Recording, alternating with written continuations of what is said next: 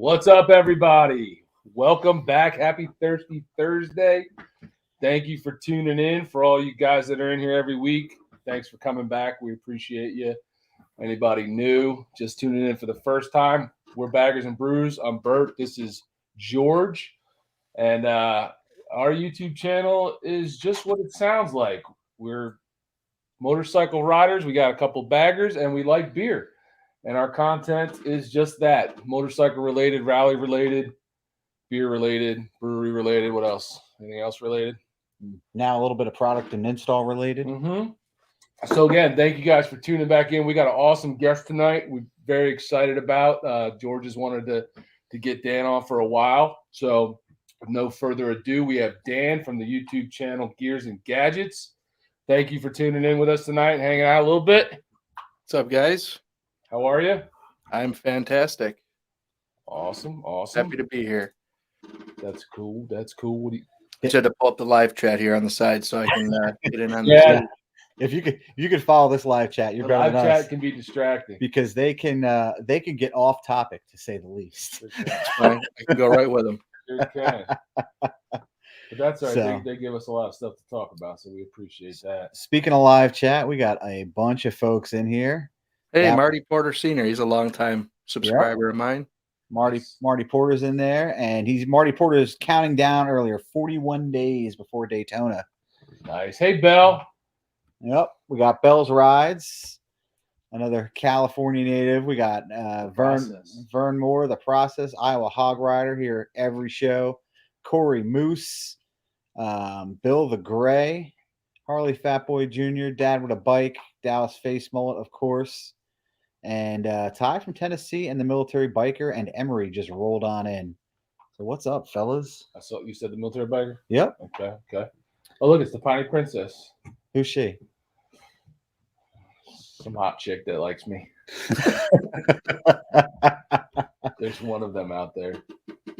So, again, thanks for coming on. So we want to just we got some questions, that we ask all our guests, but kind of just want to start to kind of get to know you, who Dan is, and not Dan the YouTube guy, but Dan just the guy who's not on YouTube.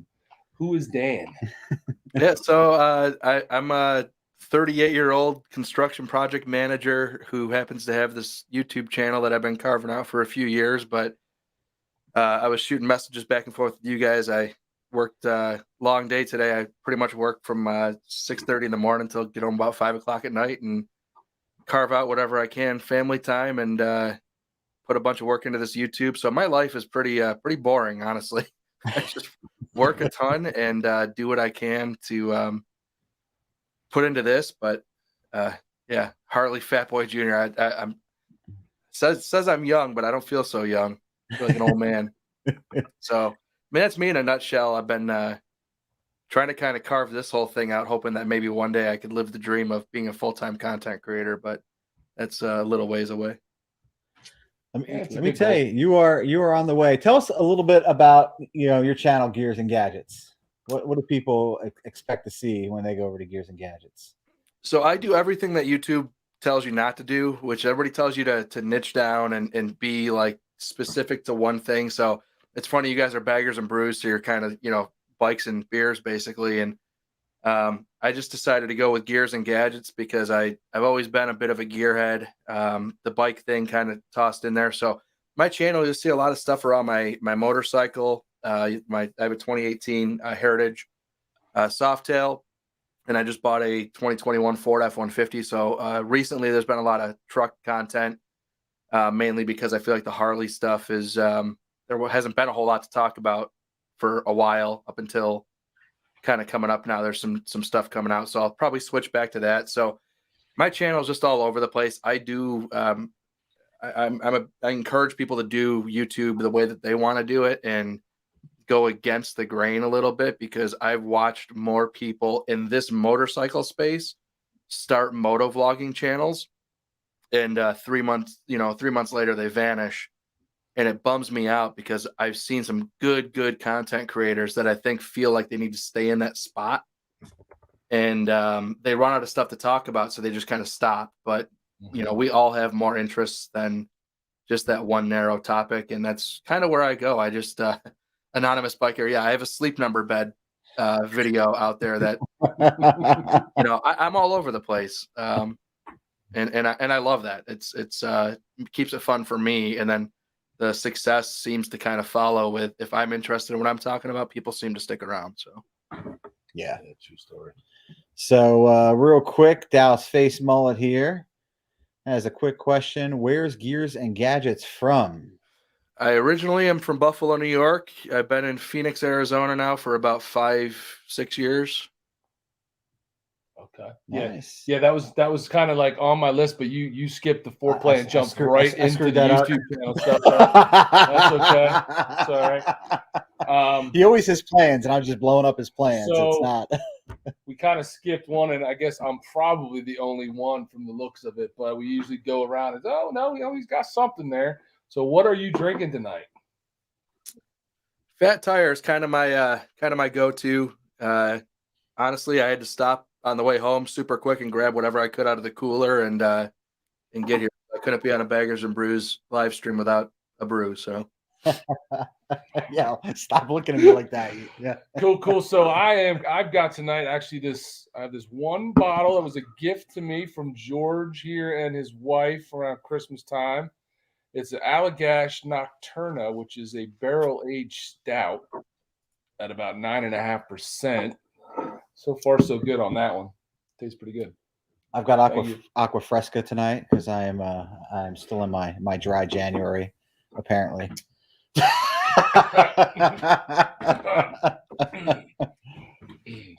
For everybody that's curious, George is pregnant, so he can't drink for a while. What's up, Steve Bates? No problem. Don't worry about being late. Glad you're here. So you're from Buffalo. You're now in Arizona. What took you out to Arizona? Opportunity. A lot of people naturally say they wanted to leave because of weather and stuff like that. I really don't mind the winters all too much, but more or less just opportunity for my wife and I. We were able to pretty much almost just double salaries simply just by packing up and moving in our industry. So construction is crazy busy out here. So there's just a lot more opportunity here than there was back in Buffalo, which is kind of a struggling city. Kind of on an upswing, but not nearly enough. So that's cool. So being from Buffalo, are you excited about the game this weekend? Being from Buffalo, I'm realistic and have been a fan of watching these games go absolutely terrible. So I pretty much enter every game prepared to watch a loss. And if we win, I just wonder how we did it. So it'll be interesting. It'll be a great game. It should be a great game. I'm a diehard Buffalo fan this weekend. We all are. We're ready. We're into the Bills. Nobody circles the wagons like the Bills. It'll be a good game or a slaughter, and the Bills are going to look foolish. We'll see how it goes.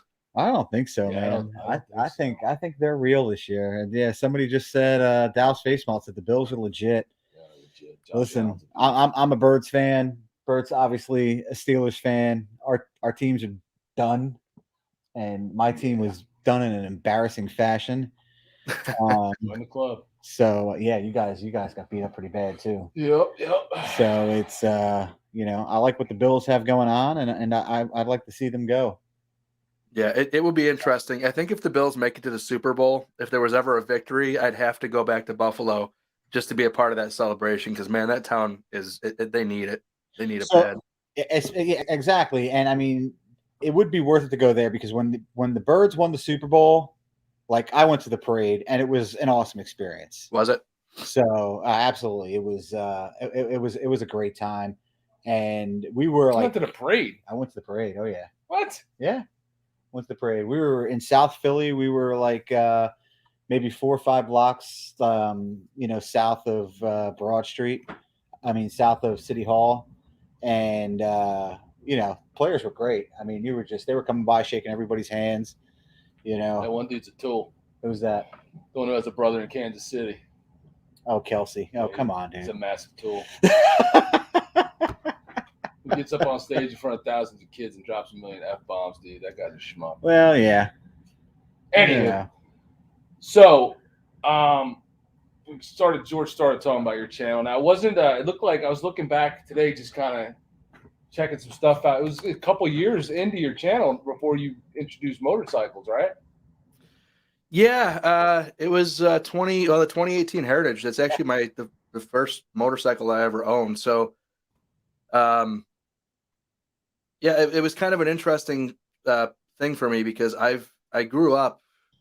I grew up pretty salt of the earth. My family, the idea of owning motorcycles was like such a far out, like ridiculous thought process that never really crossed my mind. And I was at this intersection with being in a better position with my career, having the YouTube channel the way that it was. I just the 2018 Softails, something when those things came out just bit me, and it bit me hard. And I was like, I've never ridden before, and I want a bike. I'm in Arizona now. There's no better place than, weather-wise to buy a motorcycle. And I basically told my wife I took the job that I have now, which is pretty far across town. And I said, hey, look, if I got a bike, I could ride HOV lane and cut my commute down by quite a bit. And she said, you take the job, you can get the bike. So I did, and it's kind of where I am now. So around that time, I started watching a lot of John Maxwell, a lot of just moto vloggers in the space. And I was like, hey, I have this YouTube channel. The bike will also be able to play into that. So that's where you guys saw, if you look back on my channel, I started just making content around the bike too. And just kind of become a part of my life now. So how big was your YouTube channel at that point? Couple of thousand, maybe? Yeah, probably about 2,500 or so, somewhere in that range. Yeah, I feel like you were like not at 5,000 because that is right around the time 2019 is when I found you. Oh, okay. Yep. So, yeah, I gained a lot of traction with the Heritage, more than I really had expected, because I never really made content as if I was like just some forever motorcycle, pretend like I've been in this forever kind of guy. I just kind of made the content I felt like making around the bike at the time. And I feel like that was kind of a unique time in YouTube where there was a lot of success around motorcycles that I sort of feel like I've seen a little bit that kind of die down in the last year or two, which is kind of a bummer. But yeah, I mean, there was a lot of stuff going on. I mean, the first video I saw of yours was around Bring It Home. Okay, yeah. You went to the Bring It Home ride in 2019, right? Yep. And that ride that you did, I laughed because you hit the rain coming from the west, basically that we hit coming from the north. Oh, really? It was all the same storm that we all hit. So, and I know it seemed worse for you than us because I felt like you rode with it, like it was more of your video. So yeah, it wasn't intentional. I was just literally in the middle of nowhere and had no option. It was sleep on the sidewalk at a random gas station, which honestly would have been the better choice. But it was. That was a moment that on my bike I was like, oh, I've got a 5-year-old and I probably shouldn't be doing stupid stuff like that, But lessons learned. I'll probably do it again. Hey, what's up, Drew? So that was a big ride for you at that point in your riding career, though. So you weren't riding very long at all when you decided to. No, I basically been riding for a season. At that point, I probably had 5,000 miles of riding on the bike at that point, and just packed up and took the trek by myself. I tried to hook up with a couple other YouTubers in the area to make it like more of a bigger journey, but with work and stuff, it's just so hard trying to sync up those schedules and stuff. So I was like, yeah, whatever. I'll just throw a bag on the back of the bike and leave when I can leave and ride through the night. So it's kind of what I did. So our buddy Justin, 99 RU grad, is riding in the rain builds character. The rain doesn't bother me. The lightning scares the shit. Sorry, I don't want to swear. I don't want to swear in your live stream.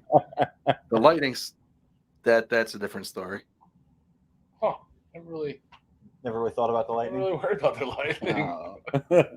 We don't ride in like that open desert either. Like we don't have that open terrain. I feel like where, we're always surrounded by trees and surrounded by a bunch of other stuff. So I mean, the I Piney don't know. Princess and I hit some pretty bad lightning and thunderstorms on the way down to Vam last summer. Yeah. And that's what actually ended up. It got that bad to where we called it quits for the night. Where I hit that storm was like just flat plains of Oklahoma somewhere where it's like there is no tree that's going to take the hit. You are the tallest thing, and there's no doubt about it. If it's going to hit, you are the lightning rod. So that's what's scary. That sucks. Yeah, it was terrifying. Sucks. So going back to that first video that you did on bikes, you were trying to decide between that Heritage and a Road King. So what were the big factors that led you to the Heritage? Honestly, it was the power to weight ratio is probably the most significant thing, because my thought was it's going to be a commuter bike, and where the Road King would obviously be a much better bike for long distance stuff. 99% of my travels are going to be between here in the office and some spirited riding, around traffic and stuff. So, yeah, I really decided that the Heritage was like the ultimate Swiss Army knife bike for light touring and heavy commuting. So, yeah, I mean, I think the Heritage is a good. It's set up good for that. Yeah, that position is comfortable. I mean, the way they, I haven't ridden that new Softail platform, but everybody raves about the way they handle. So yeah, it was also my first bike too. So it was 100 and some pounds lighter than the Road King. So it just made more sense to go with a Heritage as the lightweight first bike that I bought. Now that you're riding, does that 100 pounds make a difference, you think? No, not at all. Yeah. So we have that in common. What's that? First bikes are Heritage. Yeah. Oh yeah. First bike was a Heritage. A little older. I was just at the Harley dealership today, scoping out some street glides. There you go. And I'm not doing. I can't do it yet. Ah. There's too much on the horizon with Harley Davidson to buy a bike today and a year and a half later hear that some crazy new bike's coming out, and I'm stuck with this bike that I owe too much money on and can't get rid of. If you were buying a street glide tomorrow, what color would you get? What do they call that new white? It's like the stone white color. I forgot what they call it now for 2022. The hell are they calling that? Yeah, I didn't see what the name of that one was. The white. Yeah. Is it chrome or is it blacked out? Blacked out. I like the white and blacked out look. Yeah, that's a cool look. Yeah, it's white is definitely one of those colors that the black, just looks. It's like the gray. I'm also riding when it's 115 degrees outside here too. So the idea of white I don't know if it matters or not, but it seems like it does. Corey says not to tell us that because we don't like bat wings. We didn't say we didn't like bat wings. So Corey was on a live stream last night, or was in the side chat of a live stream last night on Bry the Bikers, and Pro Monkey got on there. So everybody was going back and forth about bat wing or the shark nose and which was better. And obviously Monkey likes the bat wing, having the ultra. Well, he's got shorter arms. I said, well, I mean, my comment in the side chat was that anybody, under like 5'9", 5'10" is going to be on a bat wing, and then the men will be on the road glides. Oh. And that didn't go over great. The folks in the side chat didn't like that comment. So, whatever. Sick baggers, what's going on? White sand pearl, he says the color is. Yeah, that's what it is. There It's a nice looking collar. I got in an argument with the salesman when I was the salesman. He's like, "Oh, you're trying to push me into that," and I was like, I just can't help but to think that Harley's got a sport touring bike coming out sometime in the near future, and I don't know. I just can't buy what they currently have, because I know they have to have something else coming significantly different than what they have now. Yeah, I agree. So they're going to switch it up. So next week is the big reveal live that they're doing. Are you planning on? Will you be at work, or are you going to be watching that? I'll be at work for that. I'll watch it at work in my office, and then come up with what I think I'm going to do for a video on that. Kind of weigh in my commentary that night, probably. I'm excited, but I'm also kind of just I don't think that we're going to see a whole lot aside from that. I mean, I don't know. The low rider, yeah, well, we'll see that. It's pretty much known that that's coming. I don't really know what else they're going to have that's going to be anything groundbreaking. I don't think it's going to be anything, to be honest with you. I don't either. Some cool new colors that aren't that cool. I don't think this is the year they're going to do much. I think a lot. I think they may have without the pandemic stuff, but I think the pandemic stuff, part shortages. Have you guys seen the 2022 Heritage, the new wheels they put on that bike because of part shortages? I was blown away at the dealership today. They are god awful ugly. They're aluminum, like just this weird bad black finish to them, like they didn't do the spoked wheels.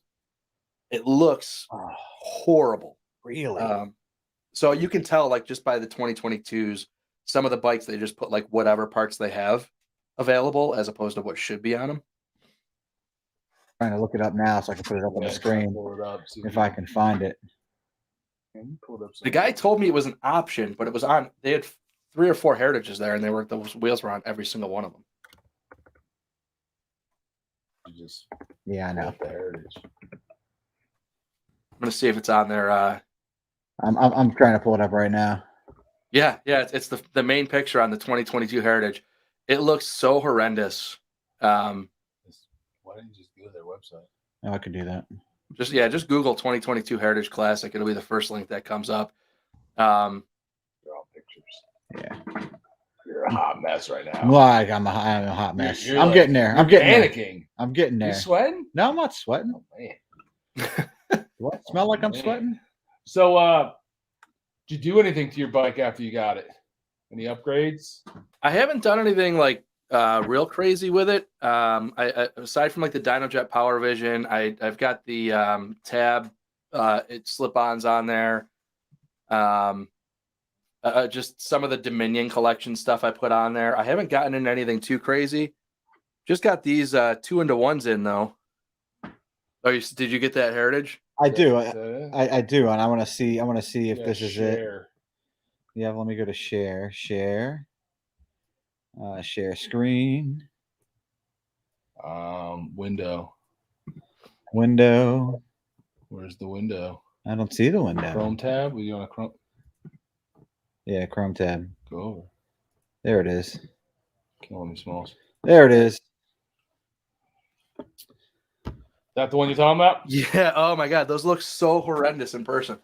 They don't look that bad in the picture, you know. So the funny thing is that looking at that picture, the that bowl that they have, the on the front wheel there, that drum brake, nonsense.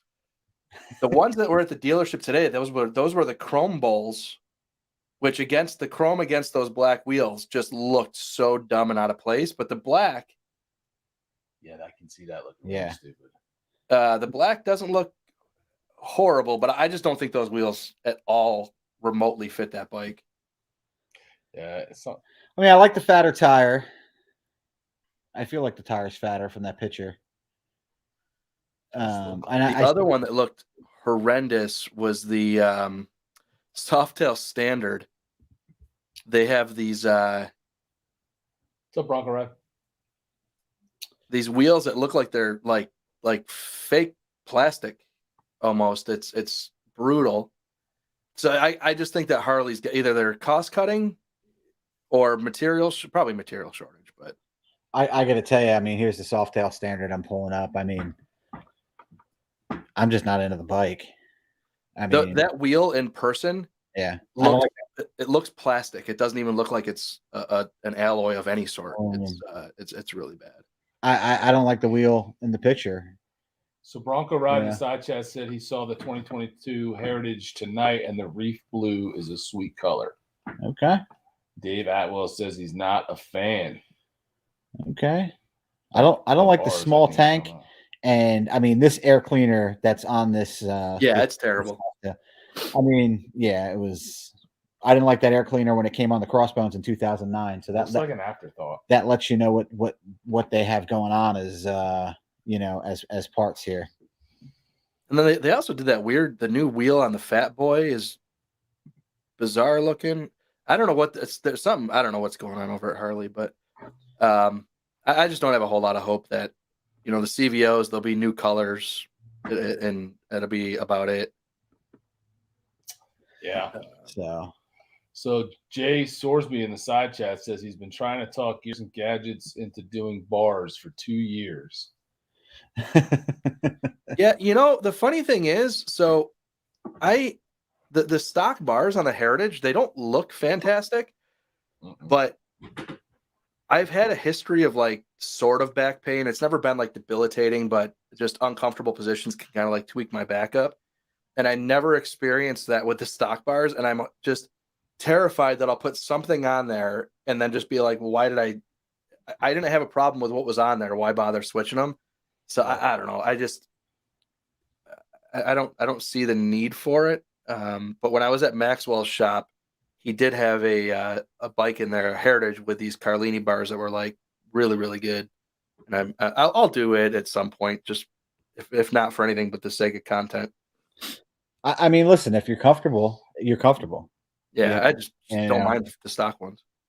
So I mean, being on a touring bike, their stock touring bars are just no better. Yeah, I would switch out the bars that are on the Street Glide that I was sitting on today. Like I would never keep those. I've never liked the Street Glide bars. So the same on the Road Glide. They're the same bar. No, the Street Glide, no, they're different than the Road Glide bars actually. But I will be doing this Reinhardt 2-into-1 exhaust install soon. That literally just came in today. I see that big Reinhardt box in the back.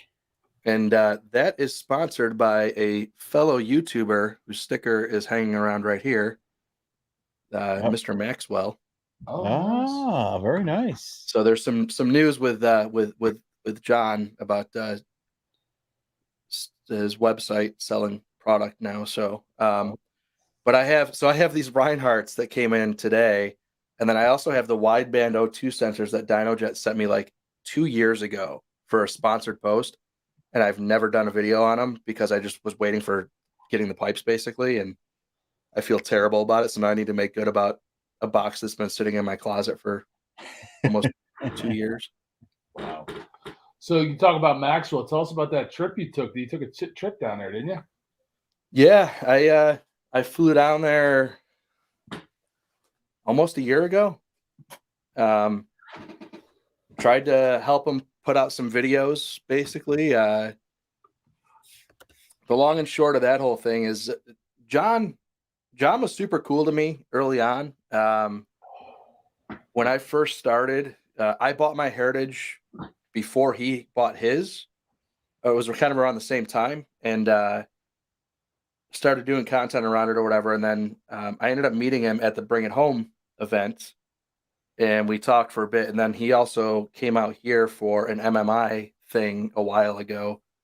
So we kind of got together then, and he shouted my channel out a while ago, whatever. So I got to a point where I just saw with his channel that he was unable to put any content out because his shop's so freaking busy that I just decided, I was like, dude, I'm not offering. I'm coming down to the shop, and I'm going to just produce, whether it's 1 video or 10 videos over the course of a week, do what we can do and put out a video for his channel. And we ended up getting 1 video done because he's so busy. But yeah, it was an awesome experience for me to go down there. And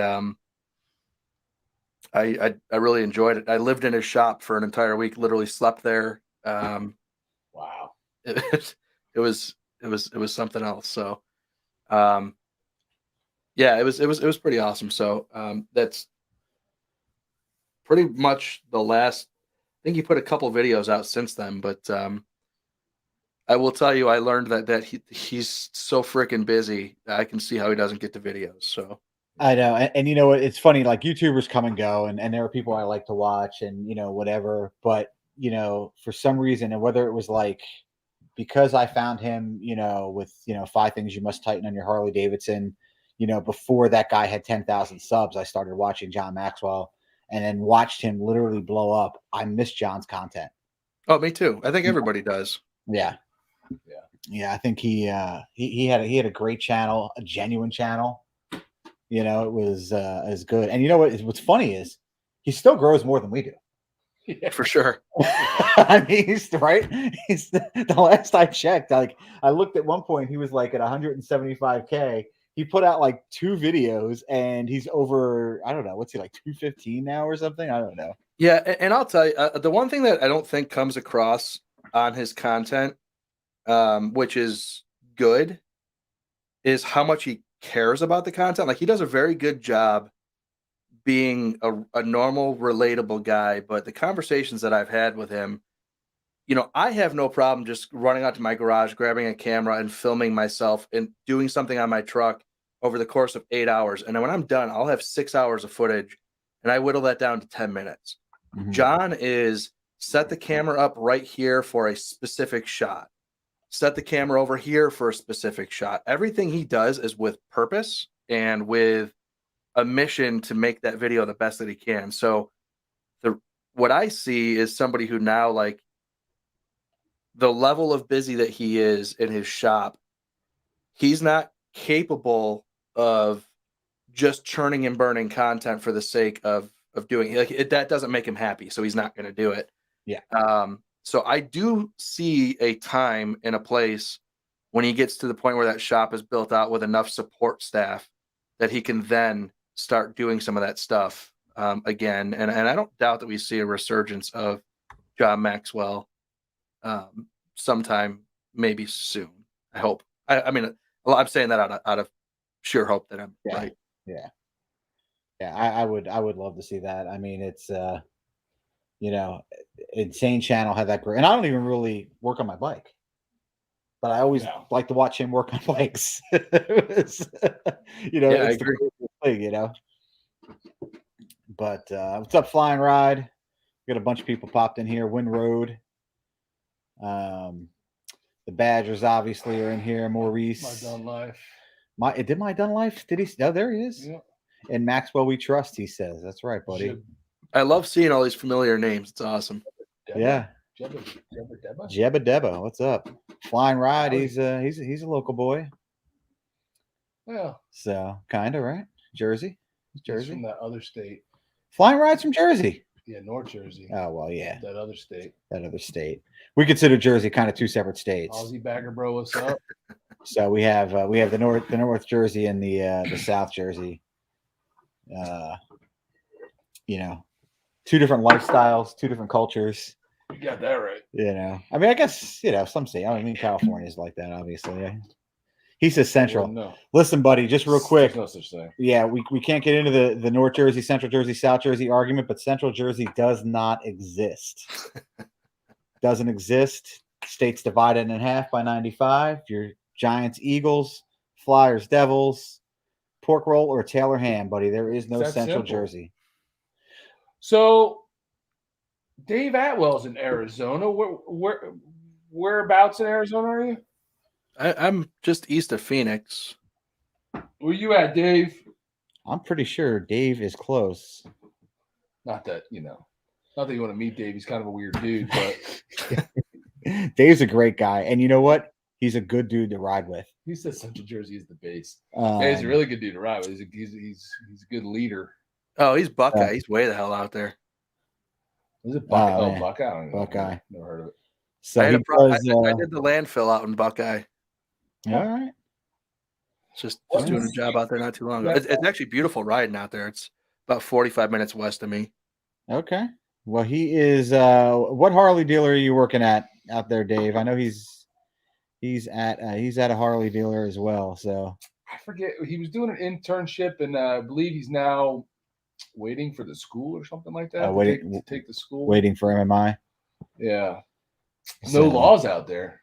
It's the Wild West. Is that no man's land? I don't know that much about Arizona. I don't either. Just throwing out stuff in the side chats, Apache Junction, and I don't know any of that stuff. Yeah, I don't know. On a motorcycle, you could pretty much do whatever you want out here. Really? Nice. We need to go out there.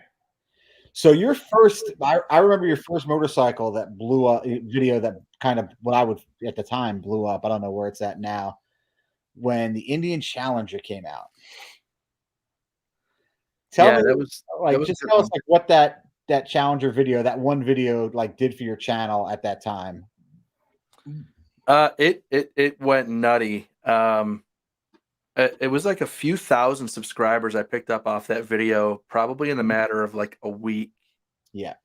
And I'm getting old, so I forget the details a little bit. But basically, the long and short of it was, I made one video talking about like a leak that we all pretty much knew, and I had this dude from Poland reach out to me, Greg Gerzavach or something. I'm totally destroying his name, but anyways, he reached out to me on Facebook and was like, "Hey, man, I was out in LA, and I was driving around, and I saw a press fleet of Challengers riding around doing these videos or whatever."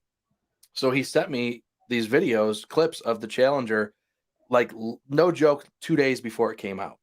So I was able to have the only video on YouTube of the Challenger literally riding down the road. And they weren't great shots, but they were like the shots of the bike coming at his car. And it probably like 2 or 3 different videos that he had. And it turned out that I found out, I can't say how I found out, but it was the video where like Sandoval was out there. Yeah. All those press guys were out there getting the ride on the bike so that they could have a video the day of the launch. So That's cool. yeah, those videos went pretty bonkers, to the point where Indian actually contacted me after I did those videos. And then I swung for the fences with Indian. They got pissed at me, and now they don't talk to me anymore. So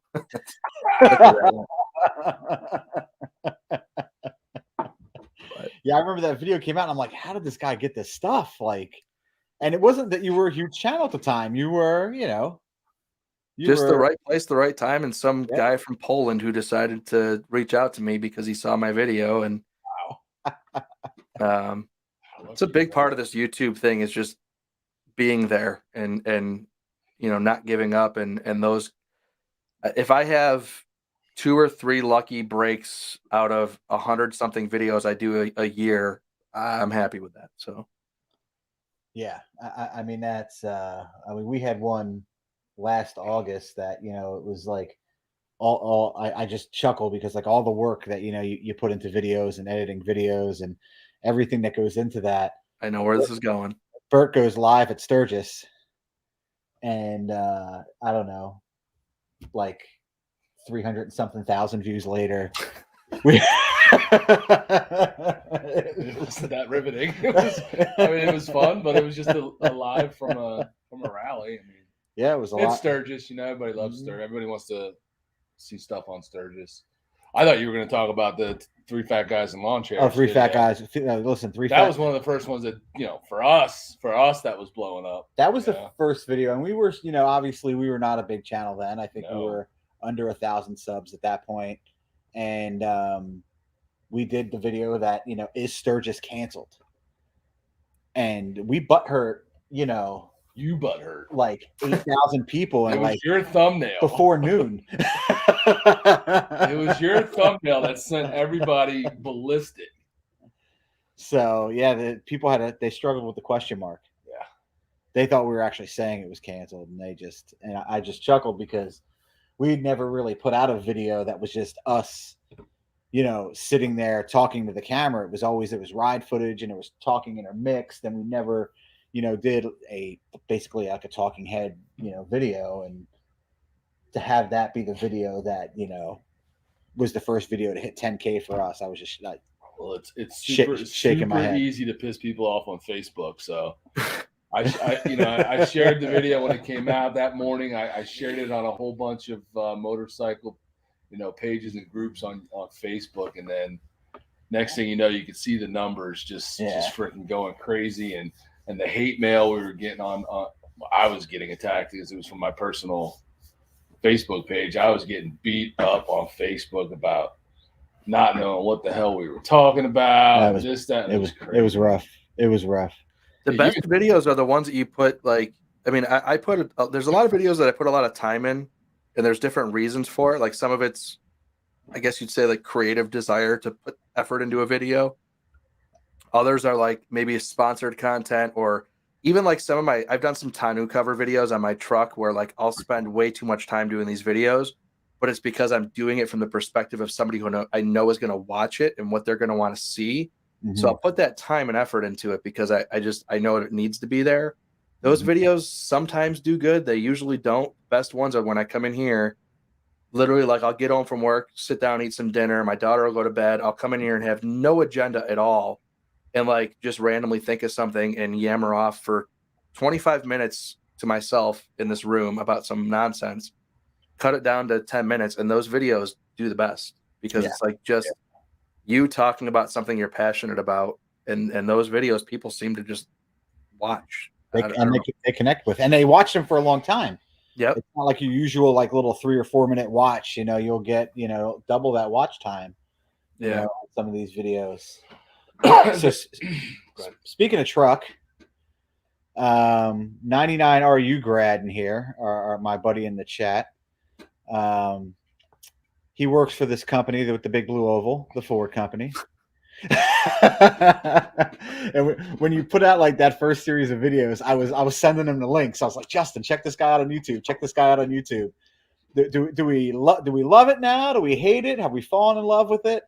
Dude, I love how much people are so pissed off at the fact that I can create like 3 or 4 videos absolutely hating this truck, because it was like brutal for the first few months of owning this thing. I was like, electronics issues, just not really impressed with Ford at all. I mean, and this is just me being a consumer and shooting straight with everybody.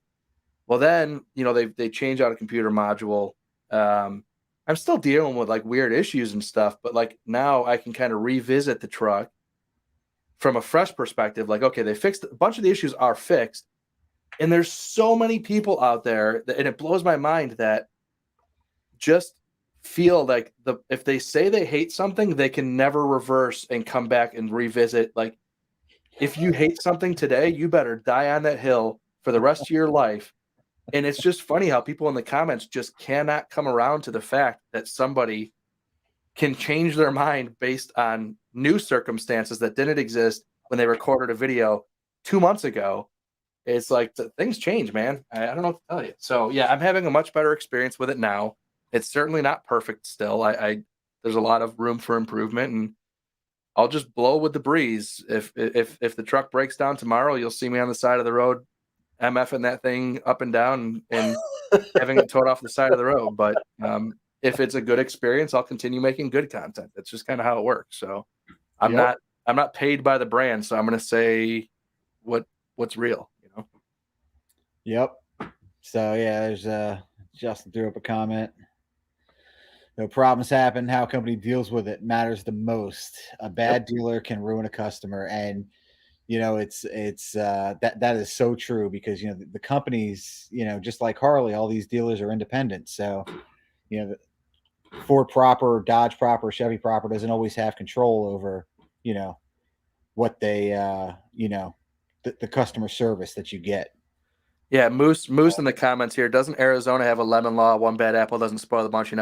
That's funny, because I get so many comments from people who are like, simplicity, just lemon law it out, take it back to the dealer and have them buy it back, just sell it. And like all of these just do this, is attached to thousands and thousands of dollars. And like, there is no world that exists where you just drive back to the dealership with your truck and go, hey, take these keys back and cut me a nice big check. And they go, oh, sorry, sir, here's your money. Sorry we offended you. It's a fight.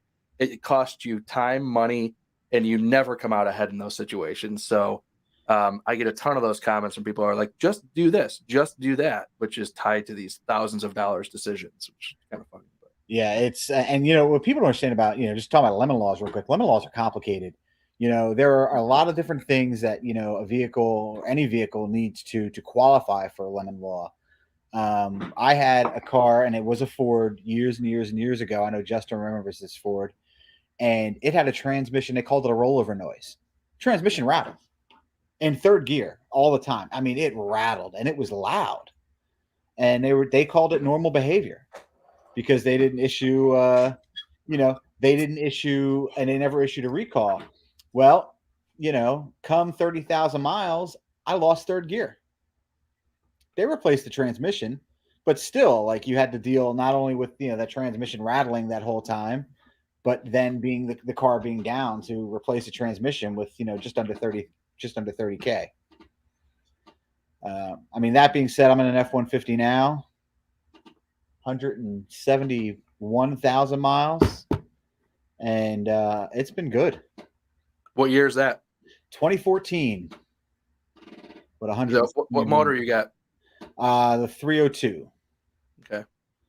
So I wasn't doing all that V6 fancy turbo stuff, energy, like you did. No. Just give me tried and true V8, burns gas, but it's dependable. Yeah, I understand that for sure. So I can't think of anything I wouldn't rather do than car shop. I like the car shop. You hate it. I can. Which is nuts. You know why that's nuts? Because let somebody tell you that they're interested in buying a bike, and immediately you're bike shopping for them. Yeah. Immediately you're and not just like local bike shopping. Like, you're in Maryland, you're out in PA, you're in Virginia. Yeah. Yeah. Yeah. I don't know. It just, man, the games. I think it's like, once you get older, I think when you're young and dumb, like, buying a car is fun because you don't realize how much you're getting screwed. But when you get older, you're just like, no.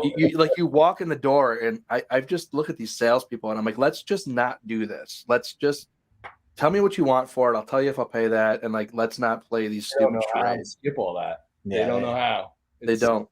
It's like that's honestly why the Tesla model, like that whole, I hate Tesla as far as, like, right to repair, and there's so many things wrong with Tesla, but that business model, people that are younger than me, they just don't put up with it. Tesla tells you how much the car costs. You put a deposit online, and then you go and pick it up at the store, and there's no thoughts about anything. And but Tesla is a different animal in the fact that the people who want a Tesla, and usually the people who want a Tesla and are going to buy a Tesla have the, they don't care about the money. Like, most people with, like, whatever that payment is. And even looking at Teslas, like, you need a ridiculous amount of money down. There's like a bunch of stuff that goes into, what they have. And and you also ruin the whole free market thing. The whole idea of independent dealerships is that if this one's screwing you, you can go down the street to the next one and, cut that one out. But at the same time, look at what these dealerships are doing right now with truck prices. They're tacking on $15,000 adjustments onto vehicles right now because of the parts shortage. Tesla, it's like the price is what the price is. So right now it makes sense to go that route. But I don't know. That's a whole nother deep dive topic. But yeah, truck prices right now are insane. It's crazy. I know there's a Dodge. What's the TRX? T-Rex, baby. Somebody sent me a message the other day and was like, do you have a buddy who works for Dodge who can give me a number, because every TRX in Jersey is like 20 to 30K. Yeah, over sticker right now. It's just absolutely insane. And in 2 years from now, those things are going to be worth 20,000 under MSRP. The MSRP, like, the swing is insanely stupid right now. Yeah, so it's just not. It's a crap time to buy. And it's funny, like, when car prices get like this, and not to go down that rabbit hole, but like lease prices usually get better. And you're not seeing great lease deals now either. No.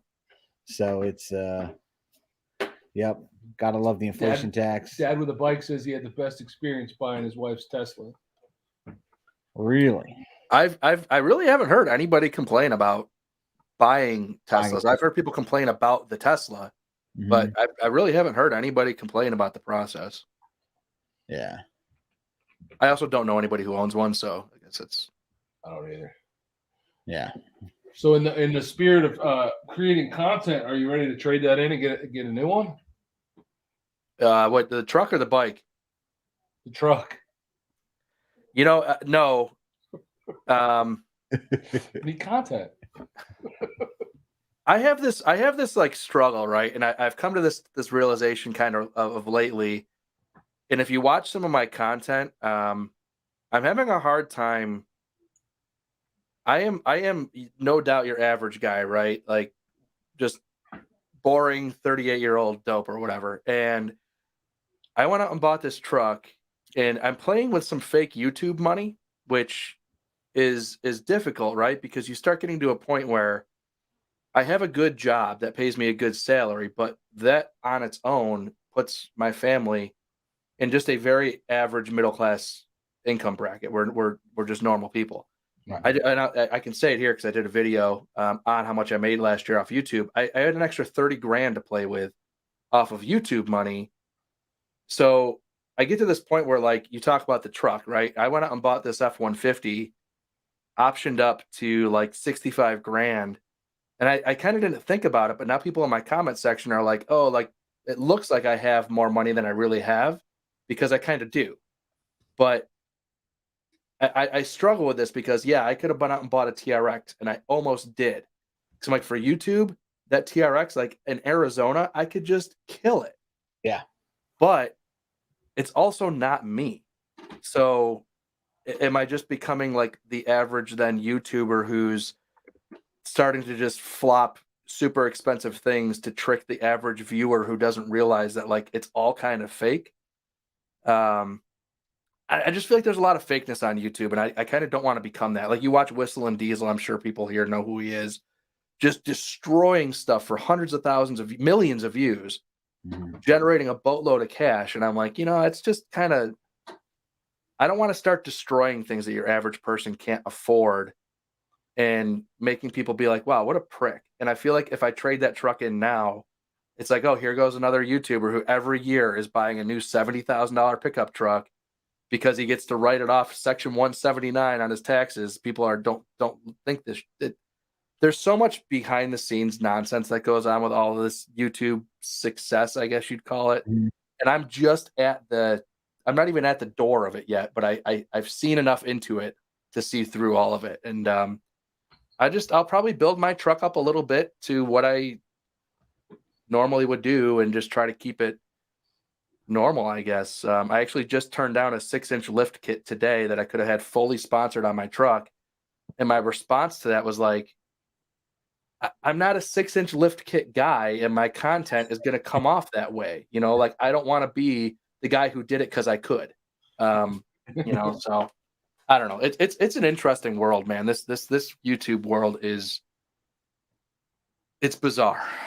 It's bizarre, and what's funny about it is that it's really not what people who've never done YouTube think it is.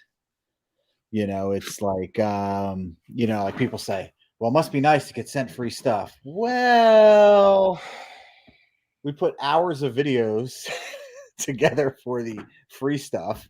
It's just it's not worth it. I mean, I'll tell you right now. Free.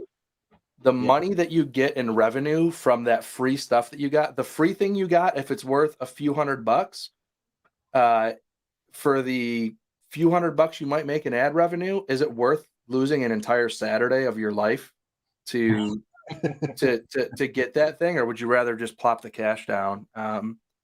So that's why you see a lot of my content in the last year. All that money that I made, I walked away pretty much with nothing. I say that sort of lying. Like, I have this truck now, and like I have things that I can buy because of it. Yeah. But all the stuff, I mean, these pipes that I have from Maxwell, like, that's the first free thing that I've taken in probably a year. I've been buying all of my stuff because I want to buy it. And if it's a piece of trash, I want to be able to tell you it's a piece of trash. Right. Yeah. And I mean, it's funny. Like, we're still, obviously, a small channel, and and we're just starting to work with companies this year. Yep. And it's tough because, like, we joke, it's like, well, we have to put up something that's not that good or give something a bad review. But most of the companies we're working with are companies who we've used their products since before we've had YouTube. Yeah. And we like their products, which is obviously why we use them. And those are the companies that, we approached. So it's like, we're at that odd thing where it's like, we do have companies that we work with that we really like, and we like their products. So it's, yeah. And that's, that's what I basically, that company that offered that lift kit situation, I tell them, like, I'll work out a deal, but it's got to be something that I would buy, because I need to be able to tell that camera, look at the camera, and the people that are looking, and some people won't believe you, and that's fine, but I need somebody like my wife, my father, people that might watch the content, who can flat out look me in the face and be like, "You are a liar." I don't want that. Like, I want people that know me to be like, "Yeah, that's something he would have done." Yeah. So I don't know. It's tough, because where does this go? If I end up having 1 million subscribers, do I start dropping Toyota Hiluxes from helicopters for content? Like, I don't know. Maybe I get bored and start doing nonsense. Nah, you'll get the Raptor. You'll get the, But Raptor. listen, it's clear though that even if you have 1 million sponsors, Ford will not sponsor you. I don't think a lot of people will sponsor me, and I'm almost happy that I've gotten to that point in a weird way. I have I suppose I could. Yeah, I think I could probably say it here. This is an exclusive. I don't know if you guys watched the RUROC content that I did, where I cut the RUROC in half and went through some of that stuff. And that content, I didn't make any friends with that content. However, what I did do was the CEO did reach out to me after I made that video, and I'm I'm a people person. So yeah, I just kind of crapped all over the product, but I still was interested to know what this guy was about, I guess. So we had a lot of long conversation, and I was maybe rudely like, yeah, I stand by everything I said, and the product isn't great, and you need to fix it. And so now they have this new RUROC 4.0 coming out, that they just got announced, and they're unveiling it in Vegas, or they've already unveiled it, but they're having an event here in Vegas. And I'm going to hop on my bike. I'm going to Vegas. I talked to the CEO, like, they're going to let me come to this event after I was brutally honest about that 3.0. I am not being sent there by them. I am not being, I paid for my own hotel room. I'm just going to take that journey up there, and like, they are letting me come there. So I'm like, their product is probably good, because they know that I'll say it exactly how it is. And the same reason why Indian probably won't talk to me anymore.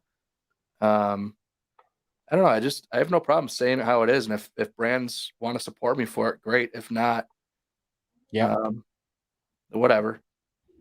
Yep. No, it's the RUROC stuff. It's I don't know. We had, everybody knows those helmets are known for being noisy, among other things, and They look cool. And when it came out with that 3, there were a couple people that, obviously they went into like a YouTube marketing campaign with, and even when I saw those videos out, what I say, I was like, it's just, as a moto vlogger, it's not a helmet you'd ever really want, because it's loud, right? So I struggled with that content, because I respect all the creators who promote that brand. It's a very fine line to walk, and I don't think I walked it well. But I also just was like, I got to stay true to myself, because now if I go to this event and I leave there saying that this helmet is leaps and bounds better than what the 3, like, that content is more valuable than any penny they could pay any content creator for anything. And you'll never see a link from my channel saying, click this link to go buy a RUROC so I can get a few bucks. Like, I told the CEO flat out, like, I cannot take a sponsorship from you, because I destroyed you guys. And if I do that, like, I'm selling my credibility for a few bucks, and I can't do that. So, wait a minute, you can't like something you hated? Yeah. Well, and it's funny, because I came out with that content where I said the helmet, I didn't like. The cheek pads were garbage. I said it. They came out with a new cheek pad to address the problem that I had critiqued. And I made another video saying, like, hey, this thing it changes the dynamic of the helmet completely. It's a helmet that I went from saying don't buy to a helmet that I would say I wouldn't tell you not to buy. I'm not telling you should buy, but I wouldn't tell you not to, with those changes. And now, yeah, if they come out with something that, like, okay, yeah, the new one is still noisy, but I think the quality is there, I'll tell people that, whatever. I don't care. But yeah, I just want to be the person that people watch the video, and you're naturally going to have people that will watch that video. If I come out with a RUROC 4.0 video and I'm like, this thing's awesome, you can just find the comments of people who are like, oh, he's on the payroll now. And I'll never avoid that. Yeah. but staying true to myself is the most important part of it. So, yep. And where we at? Yeah, Droop said the video where you cut the RUROC in half convinced me to wait till they improve. And Moose says the fact that they don't have something as basic as a standard slider to open and close the vents is enough of a deal breaker. I think the 4.0 has that now. Mm-hmm. I think that's a change they made just based off the photos that I've seen on it.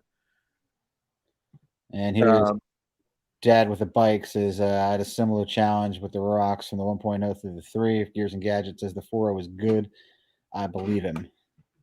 Yeah, and that's honestly like if I get a handful of those comments from people, like I know that I've done the right thing. I'll never be able to avoid the oh, this guy's on the payroll now, because those are people that are going to watch one video of yours and then judge you and your character based off of one piece of content. So whatever. I mean, and listen, you do YouTube, you open yourself to the, to the opinions and the criticism and the hate or whatever form it may come in. Yeah, there's a lot of it.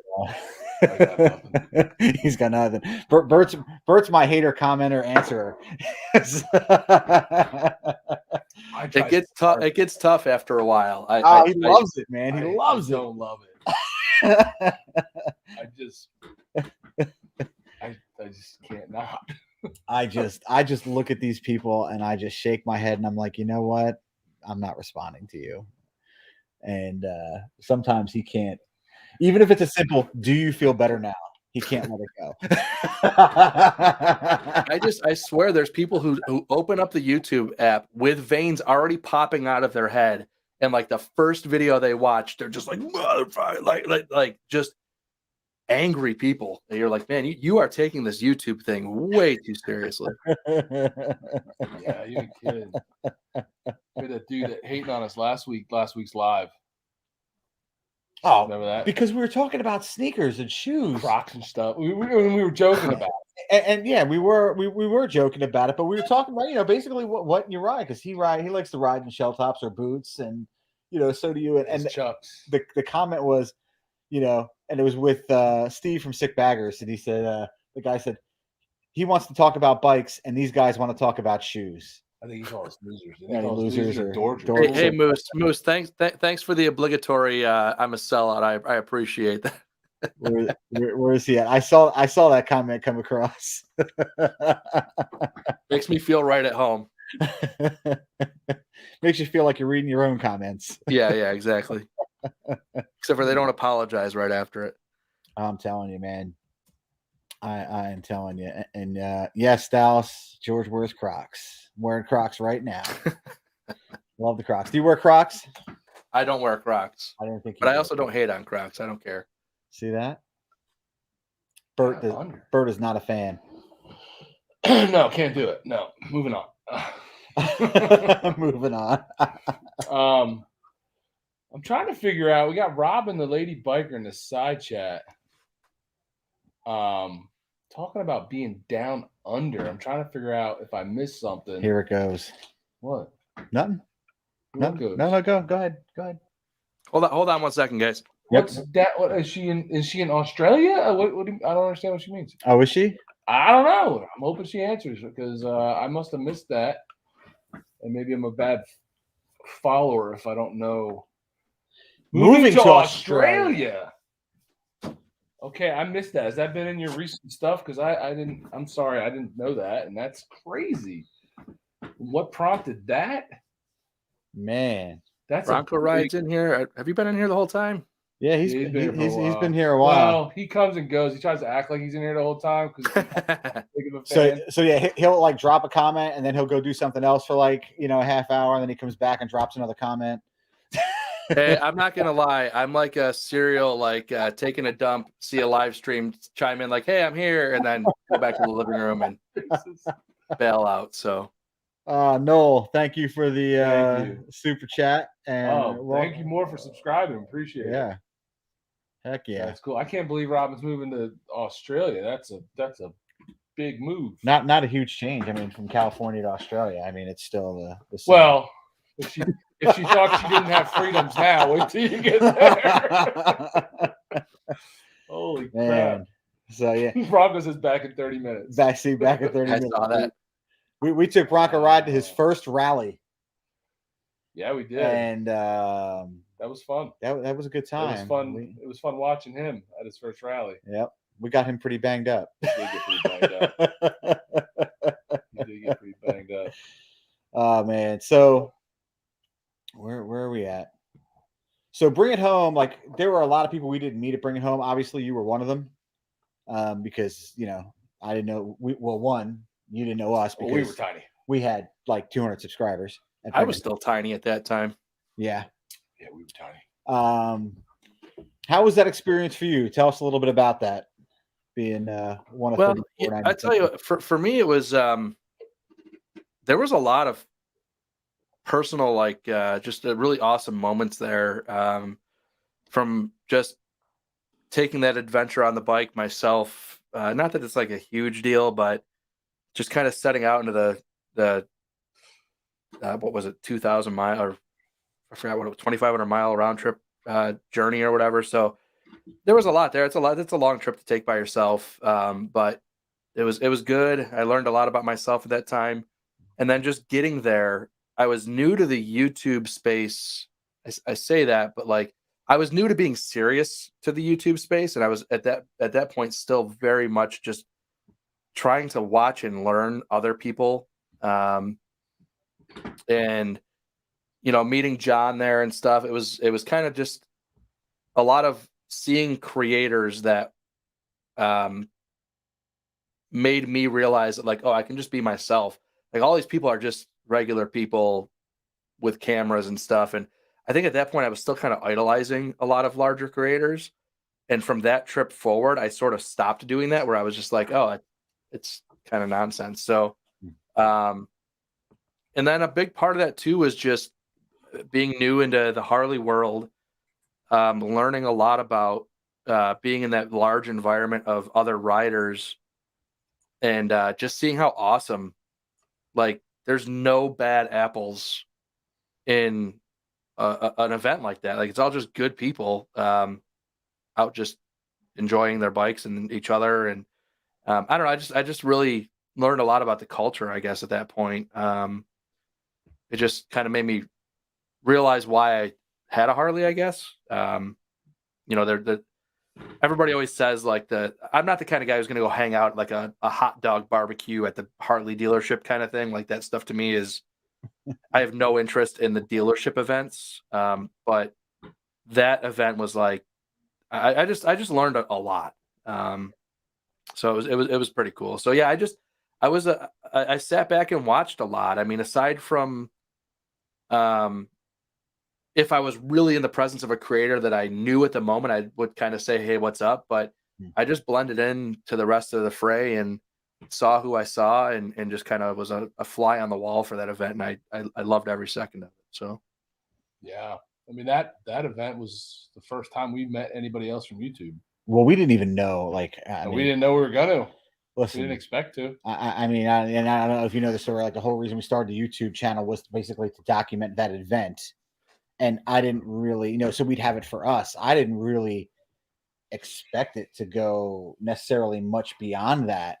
And then we started getting like this little bit of traction. And, I didn't watch a lot of moto vlogging. I didn't really know any moto vloggers or people that, I would consider moto vloggers. I mean, I don't consider Sandoval a moto vlogger. I don't really consider, Maxwell a moto vlogger. So, to meet all these people was insane.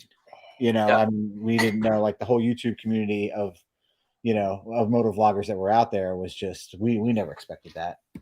That was just, crazy. And then we had,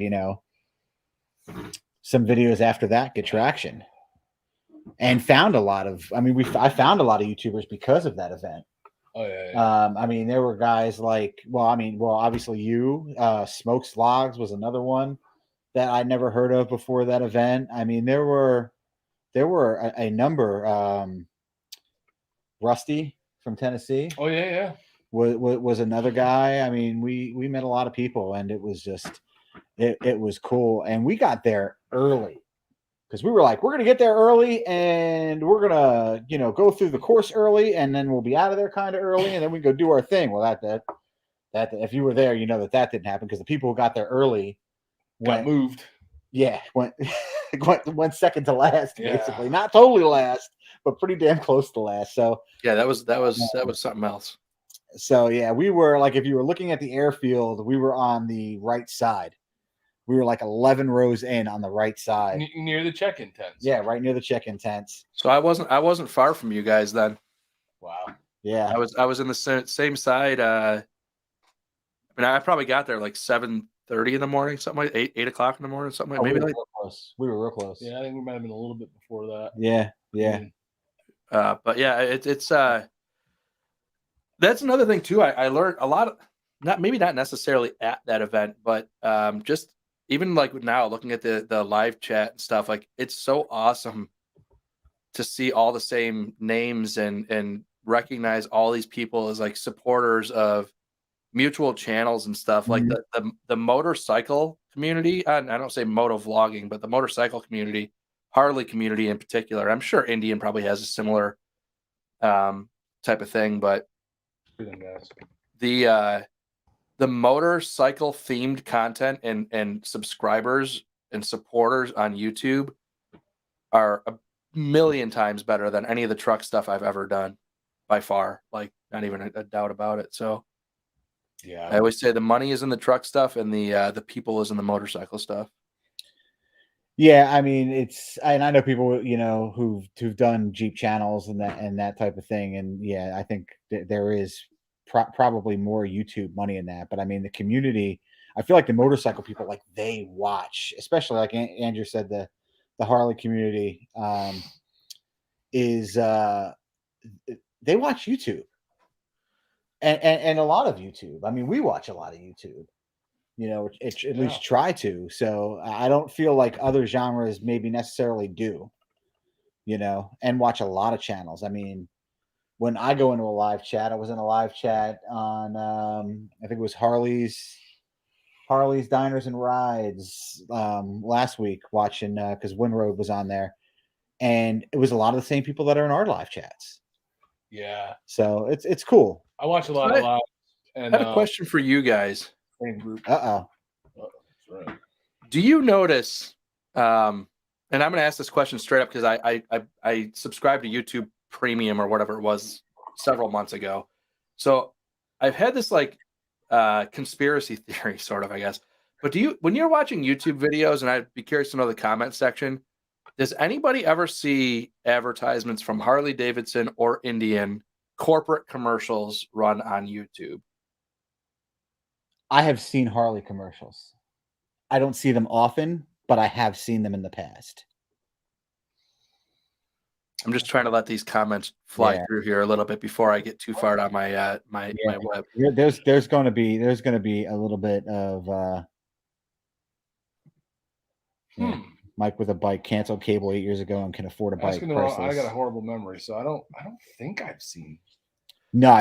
So I'm going to say that here's my. I actually cut an entire moto vlog on this, and my GoPro was pointed straight at my tank, so I scrapped the video and haven't re-recorded it. But I have this sneaking suspicion, because I think the people who watch these videos watch them from front to back and watch several of them.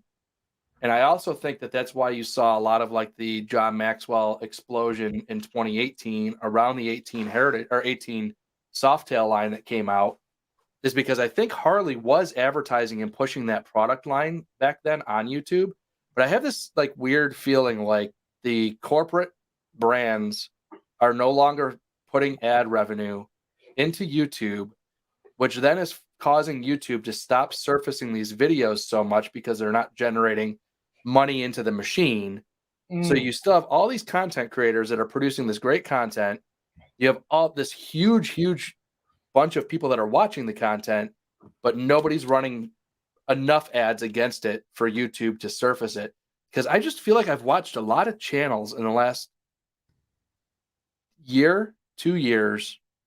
I don't want to say flatline, because I think there's always the chance of them kind of coming back up again. But I just feel like I've seen the growth kind of peter out in the motorcycle space a little bit, and that it has to be follow the dollars kind of thing, right? Well, yes, I think I don't see. So that would be the CPM, right? If we're going like down the right down to YouTube. I haven't seen our CPM change. Okay. So in theory, if our CPM hasn't changed, then does it matter what commercials they're showing to us as a channel? Because it's different. But is it possible the CPM isn't high enough that, like when I do a truck video, the CPM is double. So is YouTube going to, let's just pick any Toby Northern. If let's just say that he watches Harley videos and crocheting videos, and crocheting videos pay double the amount of CPM, they're just going to start feeding him the videos that pay more and not the ones that don't. I don't know. It's kind of my. Yes, I see what you're saying. He actually does watch those two. Oh, Toby, yeah. He has a crocheting channel, so it's big knitting guy. Big sitting out on his Kentucky porch. I'm just trying to kind of wondering why some of these channels and there's some of them. I just saw a video from Blockhead not long ago where he was kind of talking about seeing like things peter off a little bit, and it's like there is nobody in this space working harder and producing more quality content than Blockhead in this space. So for somebody like him to be like, yeah, I kind of noticed things kind of drooping off a little bit, it's a little bit concerning. So, I mean, I think it was fun. It's interesting. So, like you say, drooping off. I feel like, with the 2019, the 2020, 2021 situation where everybody was like stranded in their houses, I feel like we saw a big bump in views because people were home and watching YouTube.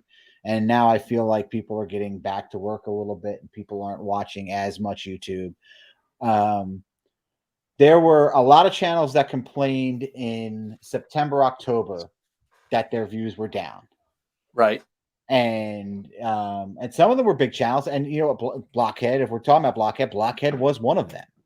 He was complaining that his views were low. And in that time, we didn't see that. Like, we were kind of, steady along, like the truck was still, driving down the road. And for us, November came. And out of nowhere, and I mean out of nowhere, we were getting less views in November than we did like the 4th month we had our channel, which makes no sense. And when I looked at the analytics, our views, and if for people who have have a YouTube channel, it shows you how many people are subscribed versus how many people are unsubscribed who watch your stuff. And our subscribed views were like 5 to 6 times our unsubscribed views. Right. That's exactly what I said, which then basically means that people who follow your channel are watching your stuff as you're putting it out because they watch your channel, but YouTube is then not pushing it out to people who who aren't subscribed to your channel or aren't following you. So that was a weird phenomenon we saw. And I mean, it took us a while to recover that. And I feel like we're not fully recovered from that, but we're better than, our views are up. So that was weird. And that was on the tail end of, Blockhead, Per Two Wheels, Blacktop. I mean, they all said they saw dips, in like September, October. And this is probably where I'm certainly speaking a little bit out of turn because I am sort of all over the map with my content. So where other people might see dips in their motorcycle content, I have an F-150 video that comes out that sort of skews those numbers a little bit. So I probably am not dealing with the same information. But it just seems weird to me. Stuff. Yeah. It's more or less just paying attention to other channels and what's going on. I guess my views dropped in November too. Well, you had something spike. Like you had 173K, it looked like a couple of days ago when I was looking at you. Dude, you want to know what that is? Yeah, please tell me. Oh my God. So I struggle so hard with this. And I had a video maybe right around the same time I bought my Harley, actually. About I don't know if you guys know who Tall Guy Car Reviews is, but he's a big YouTuber, and he got arrested here in Phoenix, speeding down the highway. And at that time, I think he was from somewhere Midwest or something. And I just had this, like, at that point, he had like 300,000 subscribers or something. And I was like, I am going down to the DPS trooper station to get that dash cam video of that arrest, because here's like this big YouTuber. I'm going to have the video of his arrest. So I did it. And I posted the video, and I was pretty much down the middle. Like, the cop was out of line. The YouTuber was out of line. It was kind of like, my takeaway on it was the cop was stupid. The guy was kind of stupid. And ultimately, like, the cop won because he's a cop. And you're not going to win that battle. So I posted that video and I let it ride. Well, then the whole civil unrest thing comes out. And now here I am as a white guy with a video talking about the arrest of an African-American on YouTube, as people are burning stuff to the ground. And I'm like, oh, this might be a bad look to somebody who doesn't know me. They might perceive that as like just not great. So I took the video down. And then I was like, well, wait a minute, that's ridiculous. I was super fair. So I put the video back up. I did that several times back and forth. So if you look at Social Blade, my views have these like 170,000 view spikes and dips, because I had this internal struggle, right? And a couple days ago, this literally was like 2 days ago, I was like going through my YouTube videos and I watched it back. And I was like, you know, there was not like, there's no racial tone and a bone in my body anywhere. I just, it's not who I am.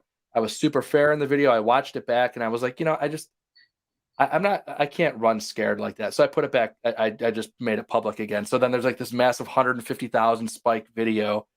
So it just comes down to, like, when you're putting videos on YouTube, I tell people, like, in management and construction and everything, the people who are like, I don't understand why people think this way. And I'm like, well, perception is king, and just your intent means nothing. The way people perceive what you put out there is what they think of you.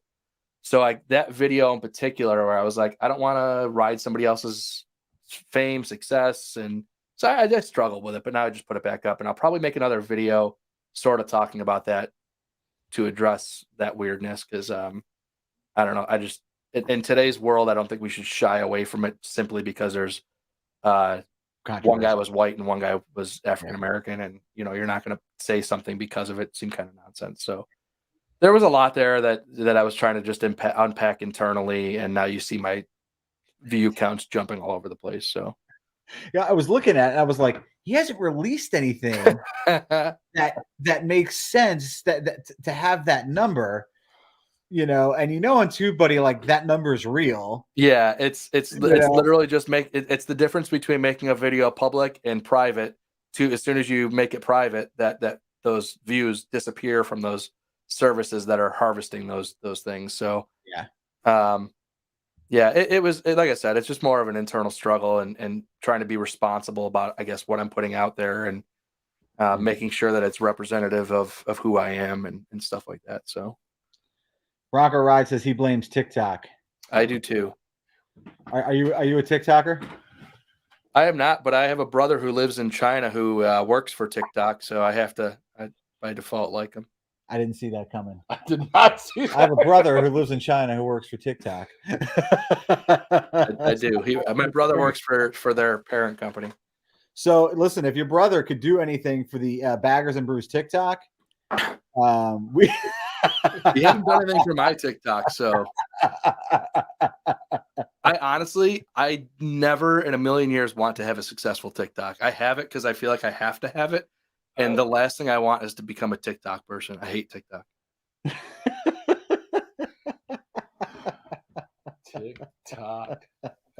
I watch the crap out of it, but I hate every second of it. Oh man! In honor of Colin, you should talk about the Pan America. Oh my God! Come on, Dan loves the Pan America, don't you, Dan? I actually do love the Pan America. So how come you're not going to buy one? I almost did before I bought my truck. I almost bought one. Mm-hmm. I kind of thought you were going to buy one, actually. I was. It was literally between truck or Pan America, and that came back down to that discussion about being a regular guy or being a YouTube guy who just keeps buying things he wants versus things he needs.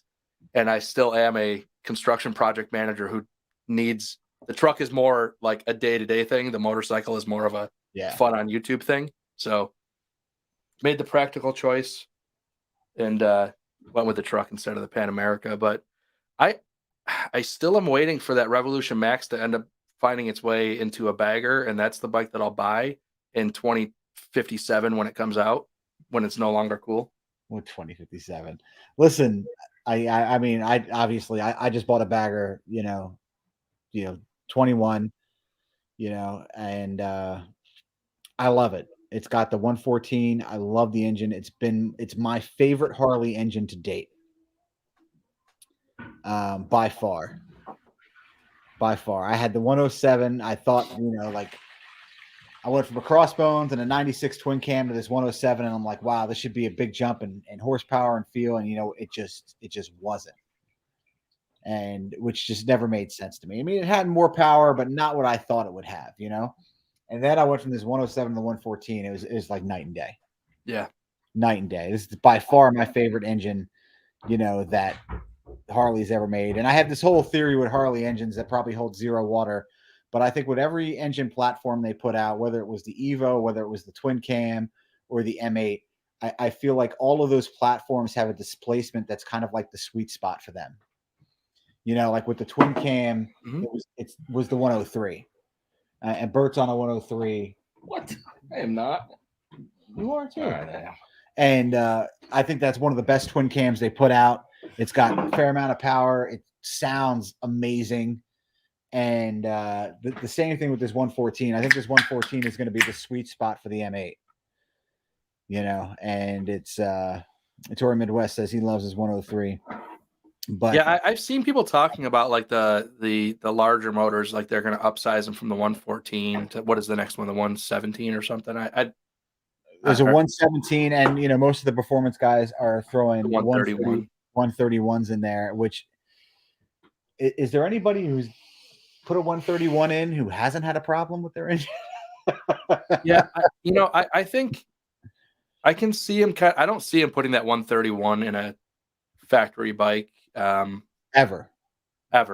Yeah. I do see him kind of creeping up a little bit more, but I really have this sneaking suspicion that Harley is not going to scrap the current frame and powertrain as it sits now because it's awesome.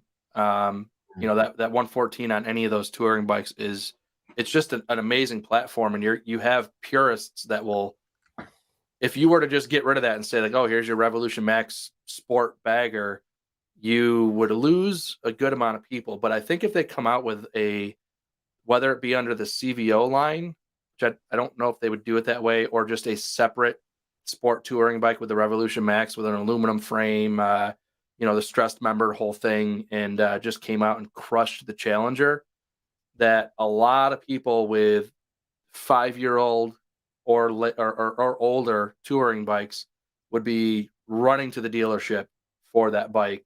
Yeah. And then a lot of the guys who would be complaining about it 6 months later, after everybody was talking about how amazing it was and they rode one, would also be buying one. And then they would phase out that old platform. But I know it sounds crazy because Harley doesn't ever seem to really do anything in a timely fashion, but I just feel like it has to happen for the success of Harley Davidson. Harley Fatboy says, how do you guys feel about the 883 being done away with, the Iron 883? I mean, listen, the Iron 883 was like one of the first bikes that, like, when I saw Harley, I was like, wow, that bike is cool. Because I was into that, the whole dark custom, movement where the Iron, started. That was their dark custom Sportster. So, I mean, it's sad to see it go, but I mean, you're going to see the Sportster in its current form, I think, be gone pretty quickly. And this is just kind of part of it. And in all honesty, the 883s have always been severely underpowered, in my opinion. Yeah, I mean, that Sportster S, everybody who rode that thing really had nothing but good things to say about it. Yeah. And if they come out with just a whole Sportster line around that new platform, Yeah. I think that the people who are upset about some of these older Sportsters disappearing are going to quickly not care so much. Yeah. Yeah. So I think The Russians back. we got one in here. Hang on. I think somebody got him. All right, Droop got him. Droop's the man. I got the first one. We get invaded by Russia sometimes here in the side chat. Oh, you do? Oh yeah. Monkey had a side chat that went so south that he had to shut the stream down. What do they do? They start to spam or they put bad links. Yeah. Like one of them was a while back. One of them was writing some like racial stuff, right? Yeah, there was some of that. Really? Yeah. You guys have really made it. I never get Russia. Yeah. Well, I don't think it's that we've made it. It's just that the frequency that we do live streams. You've picked up the Kremlin. Yeah, we're on their radar. As long as they subscribe. We're actually working with them to rig the election. Oh man. The Ruskies in the house. Oh yeah. Do they ever super chat? You know, we wouldn't block them if they did. Yeah. So if you're listening, Russia, I mean, come on, if you have a platform available to you, just throw us $10. Hey Russia, thanks for the $100 million super chat. I know, right? We'll be ending the show now. Noel says he went from an 06 Dyna Lowrider with an 88 to a 2021 Rogue Glide Limited with a one, and what a difference. Yep. And that's what I'm on now, a 21 Rogue Glide Limited, and I love the bike. I couldn't imagine making that jump from that 88 to that 114. That's crazy. Well, hey, real quick, good night, Robin. Good luck with your move and your packing and all that stuff. Thanks for coming in for a little bit. All right, go ahead. There's so much technology in the bike right now. Like the power, it's not like I'm going to break a rear wheel loose. It's not like it's going to get squirrely in the rain because you just put the thing in rain mode and it's just, the traction control has that rain mode. And I was telling these guys, like Bert was like, I don't know if I'd like that. And I really need to do a video on it. It smooths out the bike. So, I mean, you could let go of the clutch and it doesn't apply that power to the rear wheel. It gradually applies that power to the rear wheel. Yeah, I love some of that critique from guys who like never would in a million years even have that be an issue, but they want to complain about it being on the bike. It's like the amount of people that's truly affecting is a relatively small portion of riders. Yeah. So, and I mean, I love the RDRS in the new bike. I mean, it's great. Yeah. It's really been cool. The only weird thing about it is the hill control.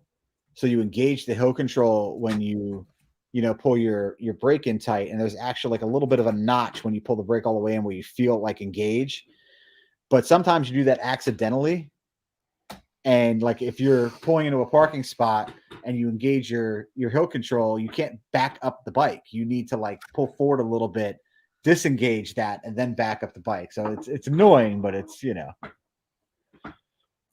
that how you hurt yourself? Well, yeah, that's how I hurt myself. So, well, I didn't hurt myself, but the ride mode that's meant to protect yourself, and you end up hurting yourself because of the ride mode. Here's what happened. I had Stacy on the back, and we were pulling out of this this hot dog joint in Wildwood, and the road was like very rutted and crowned. And as it was I think it was probably the first time out on the bike, right? I think it was the first time out on the bike 2-up, and my foot got caught onto the passenger rider board. And the bike was like sitting down in the rut, so the bike was lower. My foot was caught onto the passenger rider board, and I couldn't back the bike up because when it happened, I grabbed the brake and stopped that, engaged that hill control. So it was a quick learning experience, with somebody in the back. Later, El Buffalo, thanks for hanging out, man. Yeah, that's a sad story. Well, you got more Russia people getting deleted. Is that? Do we really? Yeah. No. Oh, Dastan Nakoni. So was he? Is he China Russian? How's that China Russian? Where do you get China out of that? Nakoni doesn't sound Russian, but Dastan does. Nakoni doesn't sound Chinese. All right, what's it sound like? What do you got I in don't know. Italian. It's Italian? a Russian Italian. Because it rhymes with macaroni. You think Nakoni is Italian? So speaking of Italian, is this true? Because Dave in the side chat said they don't know how to make pizza out there where you're at. They do not. Oh. That's sad. And what do you do for wings? You know, actually, oddly enough, there is a place that makes some pretty mediocre pizza, but does do buffalo wings like 70% there. And I don't know, being from Buffalo, like I've had so many wings that I don't care that much about them so much anymore. So like if you can get close, I'm cool with that, I guess. But If you can get close. yeah, I don't know. I'm just not that much. I'm not that stuck up with chicken wings. So expensive these days. Bert's like having a conniption because the local place that he orders wings from, what are they charging now? Like a wing? It's like it's over $1, and it's like over it went $1 a up wing. like $10 on an order of like 35 or something like that. It's crazy. That is pretty crazy. Season's over. I don't have to order any for a while. Oh man. Thanks, Jackie boy, hanging out. So what is a good, being from Buffalo, what is a good buffalo wing? Like what are the characteristics of a good buffalo wing?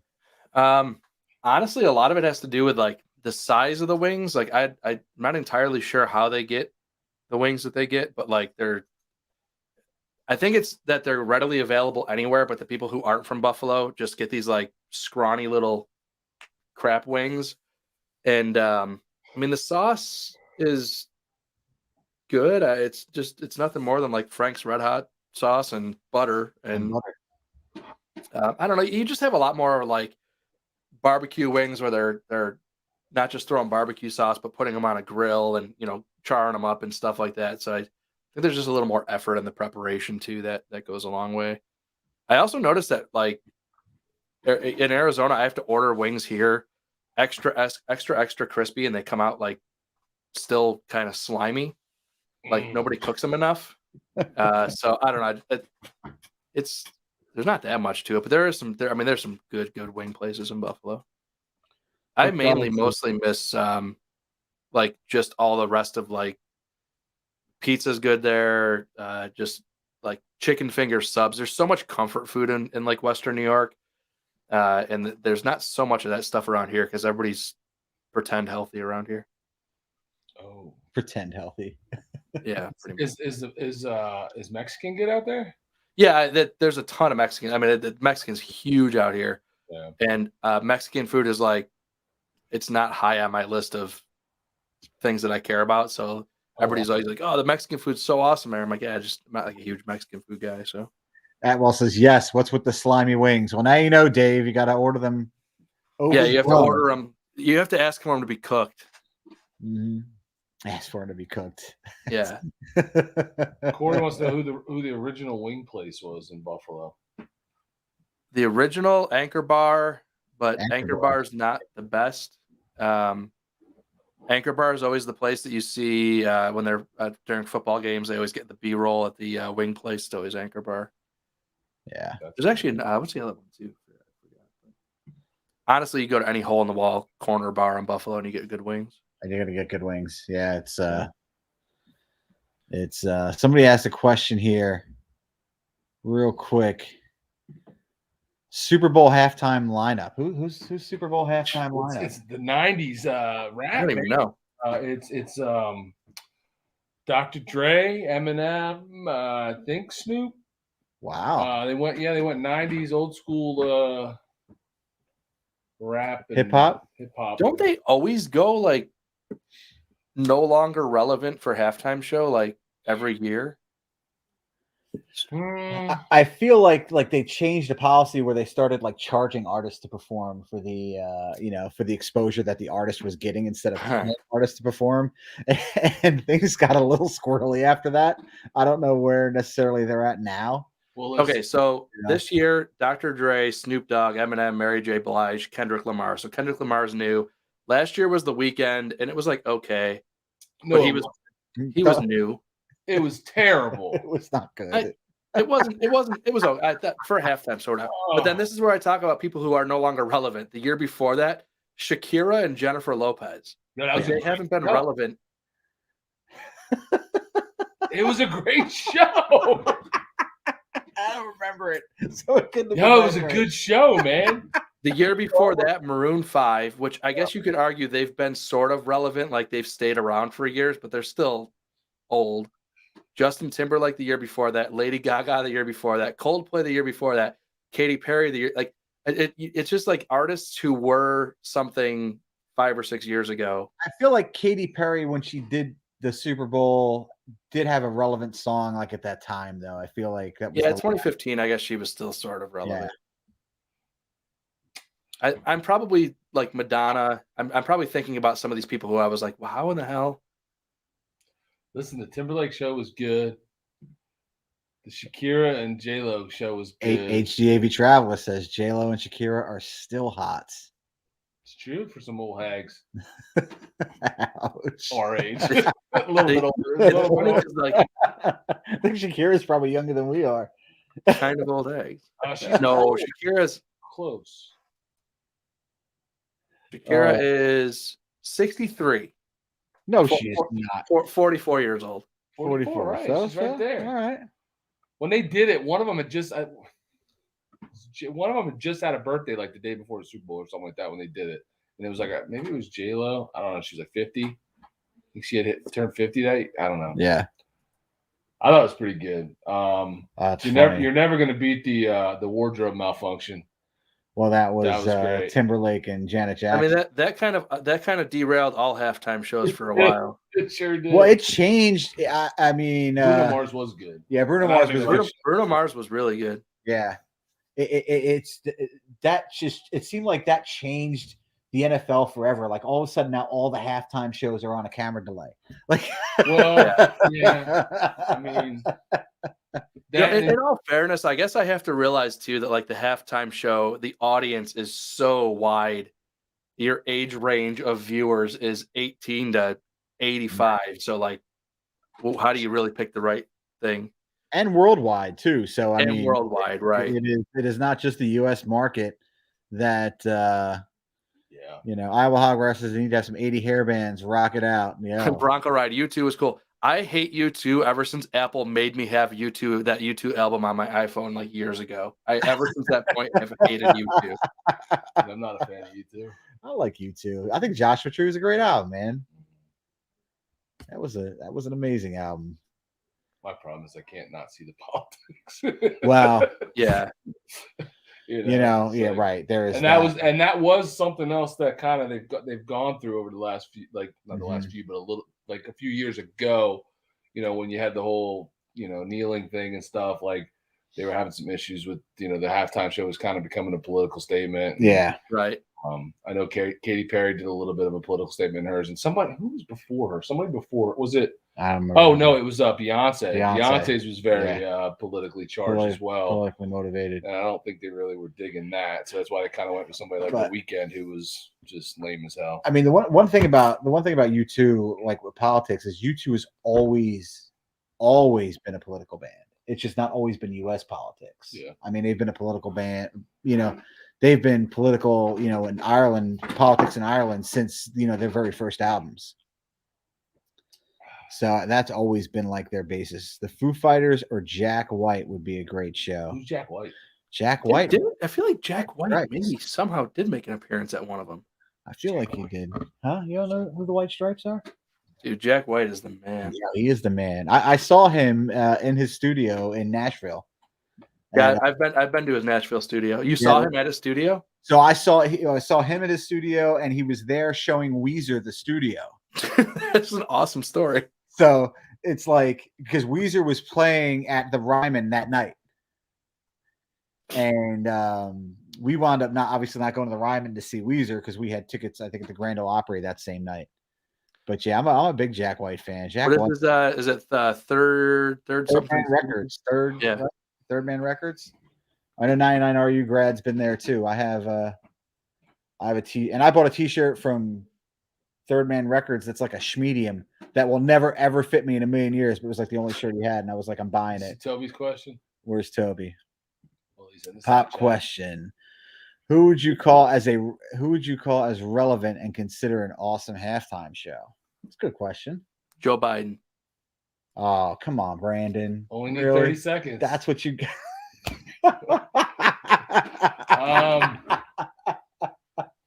I mean, I don't know about the relevant part because relevant is it all depends on who you're talking to.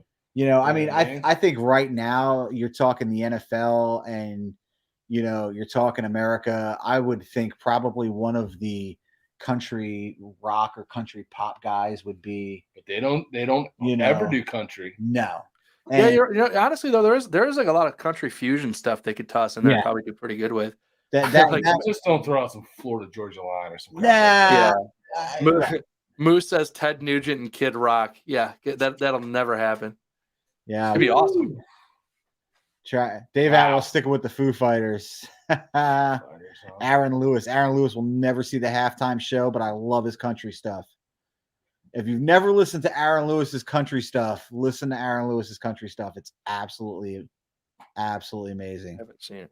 NWA. The relevant point is was targeted at Dan, since he was talking about relevant earlier. So that's who Toby was really trying to. He wants to know what he considers relevant. Yeah, and that's why I kind of backtracked in my statement to be like, saying relevant is super subjective to the fact that the age range is 18 to 90. So what's relevant to me would immediately be not relevant to a significant portion. But I mean, and I mean NFL or just the Super Bowl in general, just the broad. I mean, you got middle America, you got the cities, you got. I mean, everybody's watching. Everybody's watching. Actually, honestly, if they would just play like a bunch of funny commercials that people spent way too much money to produce, I'd probably prefer that over top of some nonsense halftime show. Yeah. Oh, look, Dave Atwell met Aaron Lewis in Alaska when he was stationed up there in Alaska. The Prince one. Prince did a really good one. Yeah. I'm not even a Prince fan. Said, listen, I mean, being a musician, Prince he was good. Yeah, I mean, it was a good. Yeah, and that's I think they try to pick some like timeless artists. I guess is probably most of their attempt. As long as they don't roll out some Springsteen, man. Oh, I know somebody here said Springsteen too. Oh my gosh! Yeah, you can. Like, I don't doubt that Dr. Dre and Snoop could possibly kind of maybe be good. It could also be a train wreck. I think they probably will be. So that's one of, and it shocked the hell out of me to hear Monkey say that was one of his favorite shows at the Buffalo Chip was Snoop. Was Snoop? Yeah. Really? Yeah. He's a professional, man. Kendrick Lamar's good. Eminem's gotten super political lately, so I can almost assure you. Yeah. Guaranteed he does some. There's going to be something.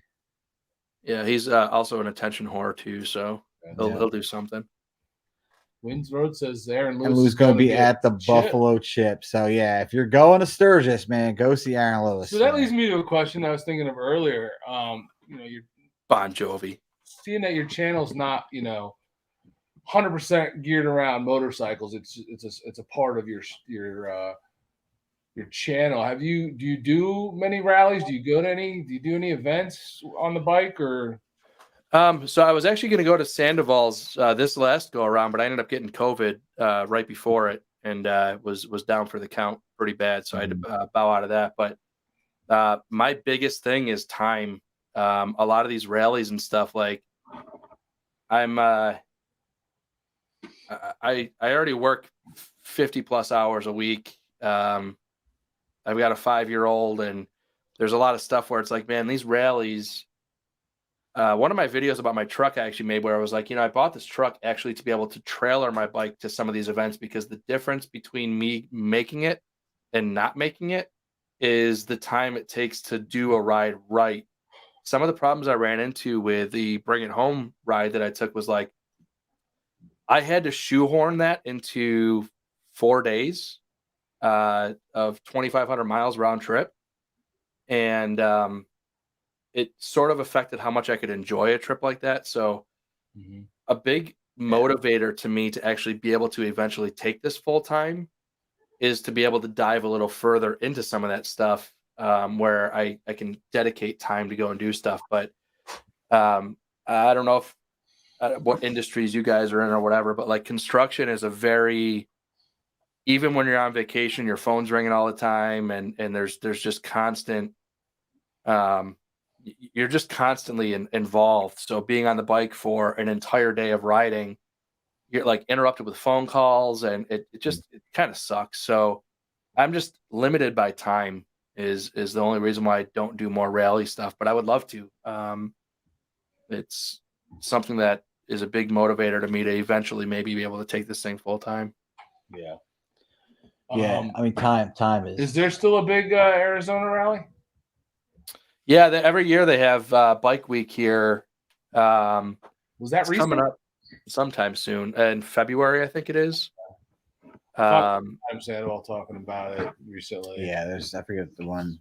Barrett Jackson is this weekend, which I usually try to make it out there to produce content, but I'm not doing that this go around because the content never does well anyways. And I got a ton of I got stuff I got to do here. So, yeah, so I actually haven't even made it to Arizona Bike Week, which is in my backyard here. Oh, wow. Because every year it's like there's just other stuff that's going on, and it's to go and do something that or like that right like requires a few days of time and burning vacation time that I kind of need to keep for the family and stuff too. So if you had whatever time you needed, none of that was an issue, what would be the number one rally you'd want to go do? I mean, Sturgis for sure. That's like the absolute bucket list type of thing. But like I would love to do like Daytona. I actually love Florida. It's another state that I consider moving to, so I would love to do Daytona. There's I mean all of them. I would love to do all of them. Honestly. Yeah. Dave, you're in Arizona, bro. If you can't figure out when Arizona Bike Week is, Google it, dude. Google it. Last year Arizona Bike Week I think got canceled. Yeah, well, pretty sure.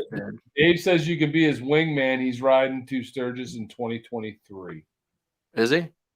I might take him up on that. That's what he says. Well. Oh, so Arizona Bike Week this year is April 6th through the 10th. April, huh? Yeah. So you know what? Screw it. I'll make sure I get there this year. We're not going to make Arizona in April. You know, what? Why not? I'll take her there for her birthday. We could bring it home. We did bring it home in a week. Yeah. Right. And it was a whirlwind. It was a whirlwind because a couple more days. You know, we went, from here to Virginia, did the back of the Dragon, went the next morning from Virginia to somewhere just shy of Arkansas. Yeah, just shy of Memphis. Yeah, which is Arkansas. And then from there to Texas the next day. And we actually hooked up with John Maxwell on that ride. We rode in with his crew. Oh, you did? From Texarkana Harley Davidson down into Paris, Texas. Yeah, that was pretty cool. So like 150, 180 bikes. I don't know what was on that ride, but it was a lot of people. And a lot of them sucked. A lot of them were tools. Yeah, there were people who'd never ridden in a big group before. It was a nightmare. Goodness. Yeah, I heard that same input. Vern Moore says AZ Bike Week, Cave Creek or Bullhead City. I mean, it's based out of Scottsdale at Westworld, but Cave Creek is a big spot. I mean, all the little outlying cities out here all have their own little bike week events that are going on. So Moose says, never been to a rally, but from all the vids I'd seen, I'd rather go to Stubborn American than Sturgis or Daytona. Ooh. I said what I said, fight me. Well, listen. I understand that. I get that. Listen, what Adam's doing at Stubborn America is like an old school backwoods type of bike rally, and that, that feeling that he's putting together there at a campground. So you can't listen. I hope you like sleeping in a tent. But listen, I don't think you can compare a rally that that's Stubborn American to a commercial rally like Sturgis or Daytona. That being said, there's something to be said about riding the Black Hills. I mean, Sturgis is unbelievable. I feel like Sturgis is more about going to. It's kind of like going to an amusement park versus going to like a local park and hanging out with like your friends or whatever. I think the Stubborn America thing is more geared around the socializing with other YouTubers, with other people. Bikers. I mean, and it's become even Sandoval. Like if you run into Sandoval at Sturgis, you're probably not going to get a chance to even say, "Hey, what's up?" Right. You run into him at the Stubborn American event, like you could have a 15-minute conversation with him. You know, like there's more access to everybody there. Yeah, definitely. It's definitely a little slower pace, laid back. Yeah, people enjoying themselves. I mean, when you think of the rally, like when you think of Sturgis or Daytona, if someone like Sandoval's there, he's doing a million things, right? He's got a million obligations, and he doesn't really have time to hang out and shoot the shit with you. But again, at the Cave River, he's home, he's chilling, he's relaxing, he's enjoying all the people at his campground, and he will talk to you. Yeah, if you see Sandoval at an event versus at his home stomping ground, like when he's at an event, he's on. Like he's it's working Adam Sandoval. Versus you go to Stubborn America, like he's still doing a lot of content creation and like there's a lot of event going on, but it seems like he's more regular, normal dude there. Yeah, because I mean, anything he's doing at his camera, he's doing for himself and for his, it's kind of more for himself as anything at Sturgis or any of these big rallies. He's dealing with vendors and he's dealing with all these other people that he's got obligations with. I did do the I did the Revzilla Get On Moto Fest this past year, and I want to do that again. That event, that was really, really cool. That was another event that was Stubborn American-ish, where it was like a little more YouTube, I guess, like YouTube fans and creators centric than Sturgis or something like that, which is obviously more event. The event is the thing, right? Yeah, that Revzilla thing. I hope they do it again because that was really, really interesting. Didn't you sneak into something there? What was the story with that? See, yeah. There's a story there. The way to be successful on YouTube is to be a little bit creative. Well, that event, I paid for myself to go. Like Revzilla didn't fly me there, but when I found out about it, I sent them an email just basically saying like, "Hey, can I cover this as like a media? Can I get media access to the event to cover it as a YouTuber, not necessarily be a sponsored YouTuber being there?" And their response was like, "Yeah, sure, just come and we'll give you a media pass."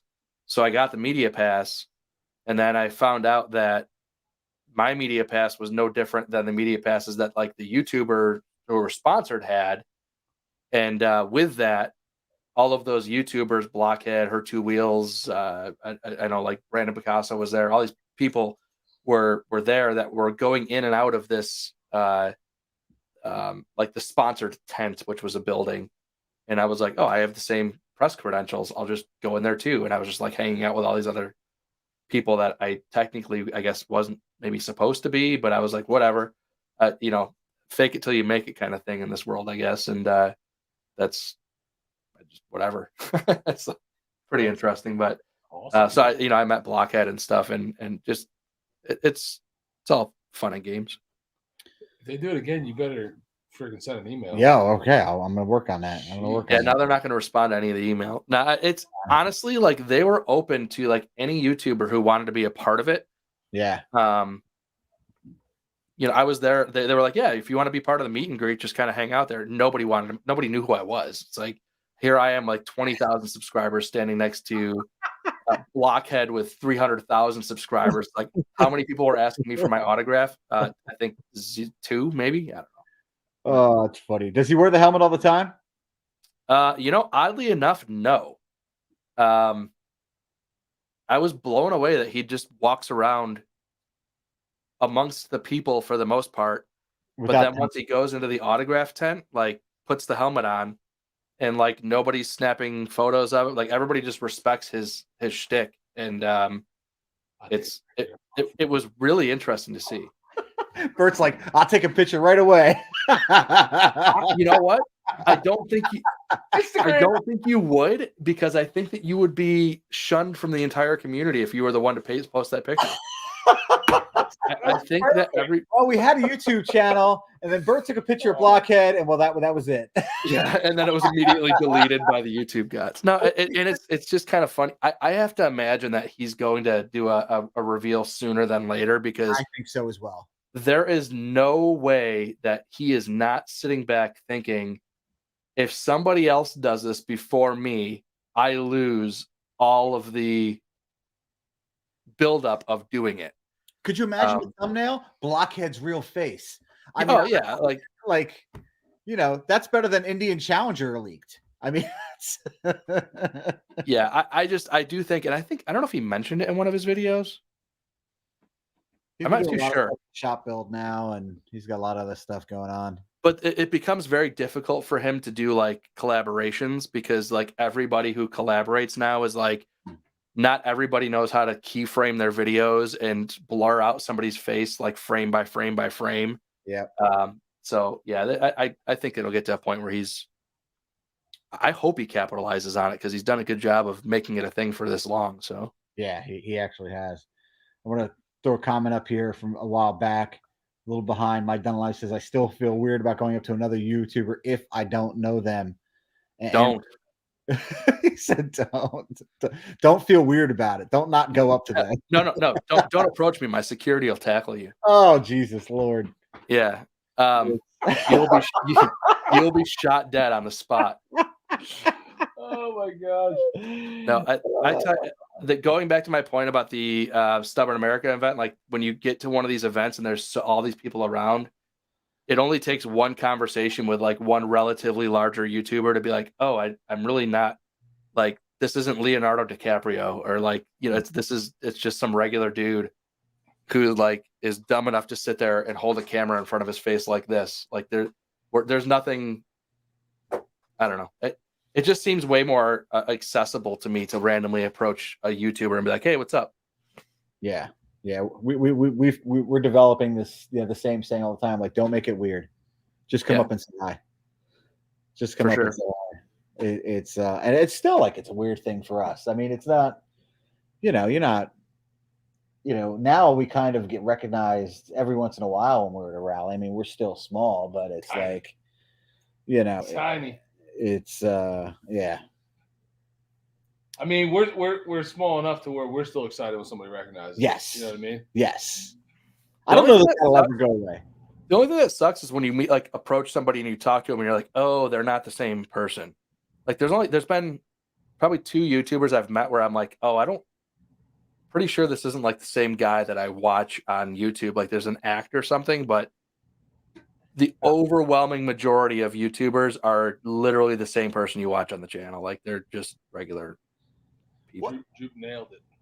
If at least in my world. Well, hey, I'm getting to Droop's comment next, but RU Grad said, "Come say hi and show your white sunglasses." There you go. You so had that. And if you're watching, Jimmy, love you, man. If you bring a YouTuber beer, it helps. You might even get to hang out with them all day. Hell yeah. That's it. Bring Bert some beer, and he'll throw you right in the middle of the pack. If you bring me beer, we're best friends. It's true. That's it. Dallas Face Melt says meeting Austin is on his bucket list. All right, buddy. You're gonna have to come to Jersey, pal. One of the coolest things I find with like the YouTube space is like you can find a YouTuber who has hundreds of thousands of subscribers and like just shoot him an Instagram message and get a response. Like next thing you know, like you're having conversation with somebody who 10 seconds before you thought would never give you 2 seconds of their time, and you can end up in these like really, really good conversations with just random people. And this is a perfect example of like you just can fire up cameras and go on for 2 hours about just whatever, and it's an awesome time. Yeah. True story. We do this every week. Well, we do. Cool people every week, man. Our friend list is growing. What did my Dunlife just say? You had something in there I was trying to read. That's what I was trying to find out, and the chat kept scrolling there. Yeah. The year that Blockhead and Shade Tree came yeah. to AIM Expo. Yeah. There's something kind of cool about like meeting YouTubers before they get big. Kind of like knowing about them early. Yeah. Yeah. I love when I like find somebody early and then like the channel blows up. You know, Hey, we know somebody like that. Well, I mean, look at Monkey. Like Monkey was a small channel hanging out in our side chat, and you know, he hit the algorithm and blew past us. Yeah, just blew past a lot of and people. Just kept going. Still growing. There's a dude I watch called Watch JR Go who does like a lot of car rebuilding stuff. Like he's pretty. The thing now he's like 400,000 or 500,000 subscribers. And like I remember watching that dude when he had like 20,000. And then he quit, or he got fired from his job when he had 50,000. And like, I still to this day, like relive that video. And I'm like, that is so awesome to watch somebody make that switch from I was doing this part-time to now I'm a full-time YouTuber, and then watching them go on to just crush it. You know, it's a cool journey to watch. Jeremy Cyrus. I mean, he was a guy who went full-time. He was big when I started watching him. Yeah, but I mean, he was not that big when he went full-time. And no problem, probably not. And you know, had a situation where, like, I mean, his story is, you know, he took a package. His job was laying people off, and took that, you know, severance pay and covered him for like a year to just for that year on the channel, focused on growing YouTube. And now, you know, I don't know, 300 something thousand subs later. If you don't watch Jeremy Cyrus, it's a good channel. It's a good channel. Yeah, like either whiskey or cigars. Yeah, that's probably why I don't know about him. There you go. Well, there it is. 99 Are You Grad says, if what's in your saddlebags includes beer for Baggers and Brews, you might get to hang out all day. Now, that's a segment that this year it's got to come back. Man. We've got to bring back. We didn't get to do it much this year. We got to bring back what's in your saddlebags, because I don't think we did a what's in your saddlebags this season. No, maybe we'll have to bring that back in Daytona. So Corey here said something funny. Where is he at? Can't afford to toll the out of state. Never mind. You ain't kidding. Oh boy. What do you now? I know you're a techie, obviously. What's your main camera you're shooting with? I just switched to a Panasonic S5, which is my first big boy camera ever. That is a big boy camera. That's like a real.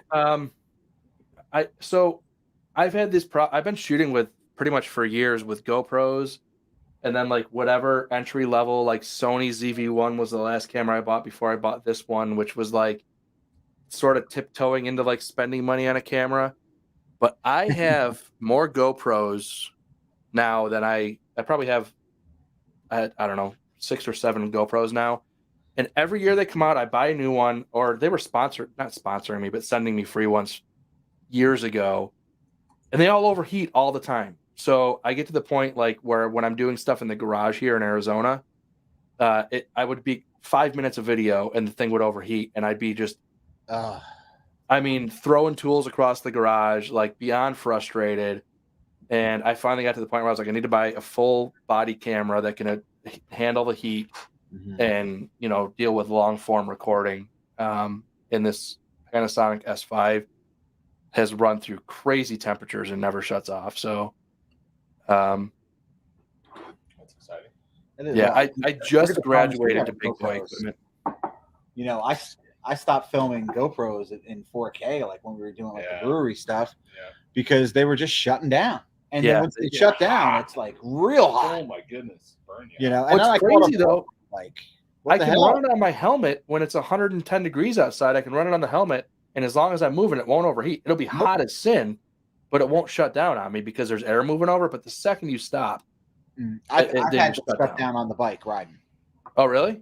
Oh yeah. Well, Hero 7s is what we're using, but I've had them shut down.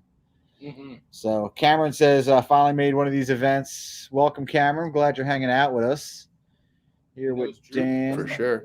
He does know Droop. So, I mean, that's Cameron's character is questionable. You've got the wrong fairing on that bike. Here we go.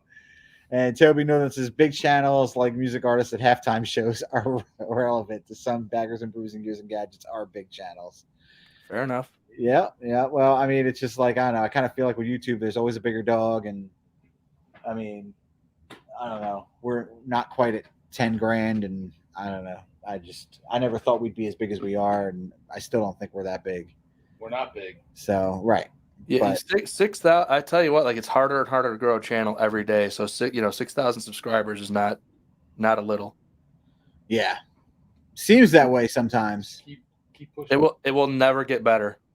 It will never get better. What happened to when you hit $5,000? When you hit 1,000, You explode. We hit 5 and we were like, $5,000.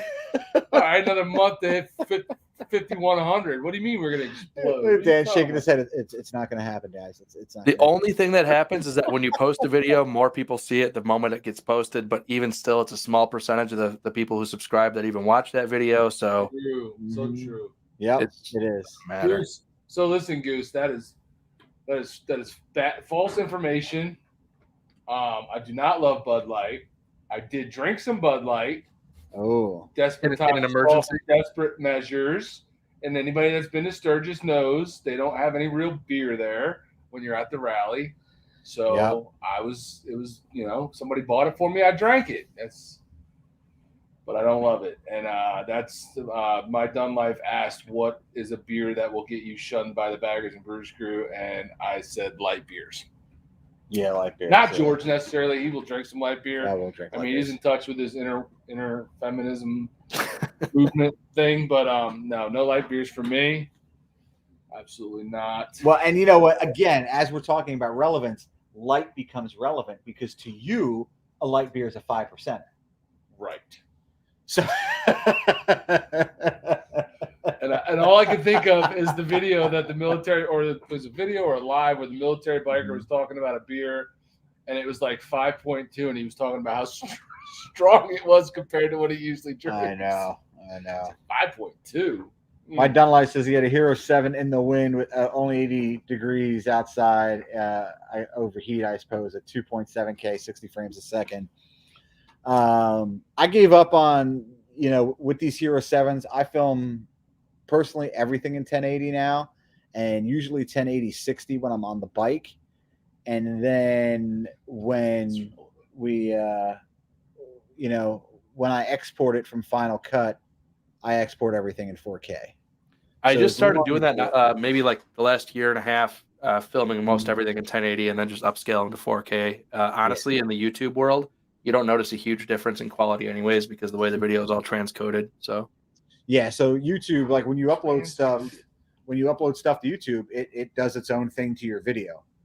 So it's the only thing I see now is I feel like some of the big photography guys are doing stuff in like 8K and what have you, and it seems to be a jump in quality to there. But let's be honest, most people that are watching your YouTube videos are doing it on the toilet and they're doing it on their iPhone. Like, I mean, the amount of people that are watching YouTube videos on their full-size TV, I just, even being a YouTuber, I just started doing that recently. Yeah. He does that. There, yeah. So, and I mean, if you're interested in like, 2.7K and 4K quality and you're doing YouTube, invest in like a camera like we use an M50, and the 1080 in a Canon M50 is 10 times better than the 4K in your GoPro. Yeah, and that's what a lot of people don't realize is just because your GoPro can shoot 5K doesn't mean it should. Your 1080 on a full frame, a larger sensor 1080 is going to be much better. Yeah, even I mean, the M50 is not a full frame camera, but the 1080 is just so much better. Yeah. Just because something says 4K doesn't mean it's good. That's kind of just the new marketing thing. Is like, oh, this can shoot in 5K, and then people put it into their computer and they can't edit it because it just bogs. Right. Yeah. Hey, not to get us off the geek train. Not to break up your nerd fest, but 88 Baby wants to know what about bike theft at Sturgis? Kind of another reason I don't want to go. And Mr. Atwell responded, I never saw anything with bike theft in Sturgis, and I haven't heard anything either about Daytona. Different story. Daytona's another animal because Daytona people tell you like Daytona they'll steal the Crocs right off your feet. Yeah, didn't the ornery one get his bike stolen at Sturgis? Yep. He ain't the only one. But I've never really heard anything like I mean, I'm sure it happens occasionally, but I've never heard anything crazy about Sturgis. I'm sure it happens in Sturgis. I mean, he also admittedly parked somewhere that he shouldn't have. yes. Kind of trying, Did he? Down at like a down an little bit alley of a or side something, alley, kind of off the beaten path a little bit. Yeah. So I mean, we were there. I'm trying to picture where that might have been, but we got another one here. Yeah, what do we got? Remove. Oh, we got a Russian bot. No, Paula Alvarez. So we got Chilean bot maybe. Oh no! She's a friend. What? Yeah. No, I work with her. No. Nice. No. Just kidding. No, you don't. She's Chilean? How do you know she's Chilean? I don't know. I just Where threw does it out that there. It was come the from? first time. I don't know. Alvarez, that's Yeah, my take on it is get enough insurance on your bike so if it gets stolen, you're at least leaving with a brand new bike. right. Yeah, I don't know. It never really gave it a thought for Sturgis. Yeah. But I did. It was in the back of my mind when we were in Daytona, just because having watched Henri One and having heard other stories other than his, that it is kind of common down there. Yeah, I know. We've obviously heard a lot of stories, but Sturgis, I mean, I just didn't get that vibe when we were at Sturgis. And I'm not saying it doesn't happen at any rally, but I don't see Sturgis as being a rally that's known for bike thefts, whereas Daytona is a rally that is known for bike thefts. You know, for sure. It's where are we at? Dad with a bike says he does everything GoPro 1080p at 60 with a 1/120 shutter frame and an ND filter. Export and upscale to 4K. That is probably the right way to do it. That is not how I do it. I go 1080 60 and I let the GoPro do its thing, except I do set the white balance and record in flat. So let's address this comment from Corey. I saw it. I don't know if we should bring it up or not. Oh, I don't care. What do you got to lose? Yeah, nothing. Honestly, so it's I know I mentioned when I had that Challenger video go pretty viral for my channel at the time. Indian reached out. This is partially because of my ego, and partially because I also am not, I guess an ass kisser.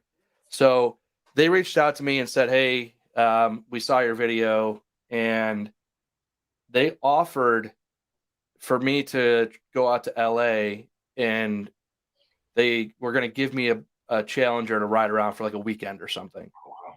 And my response at that time was well, it's a 5-6 hour trip for me to get there. And then I was going to pay for a hotel. And at that time at my YouTubing career, I was kind of starting to realize the value of the time that I put into this, where I was well, wait a minute. I had a video go relatively viral, and now you're asking me to spend my money to come out to LA and review your product so I can promote it on my YouTube channel. I kind of was I'm not really all that interested, because I knew by the time I got there and did that content that a bunch of other content was already going to be out around it on set. Sandoval was going to have his video. So I'm I'm going to spend a boatload of money and maybe have a video that gets 2,000 views. Mm-hmm. So I just kind of I told him I changed my tone, where I was look, I really can't do that. I'm not going to take the time off of work to do it, spend the money.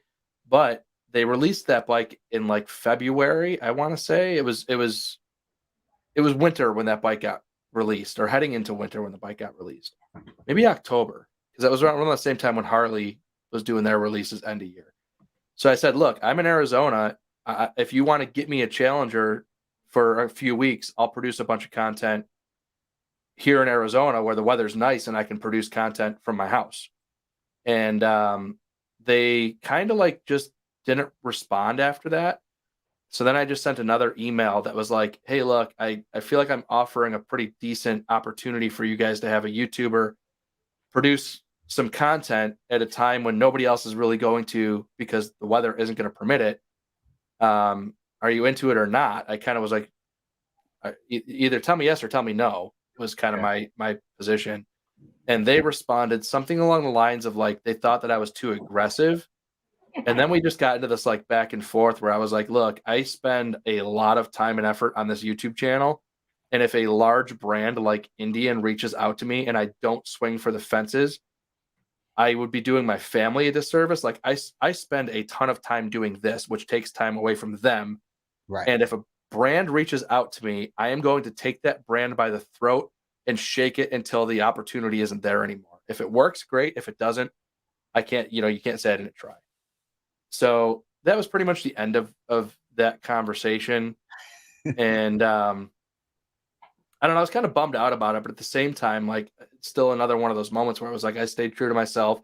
I didn't take a bunch of time and money away from my family to go and chase potential YouTube views to promote a brand that I have no financial incentive to promote.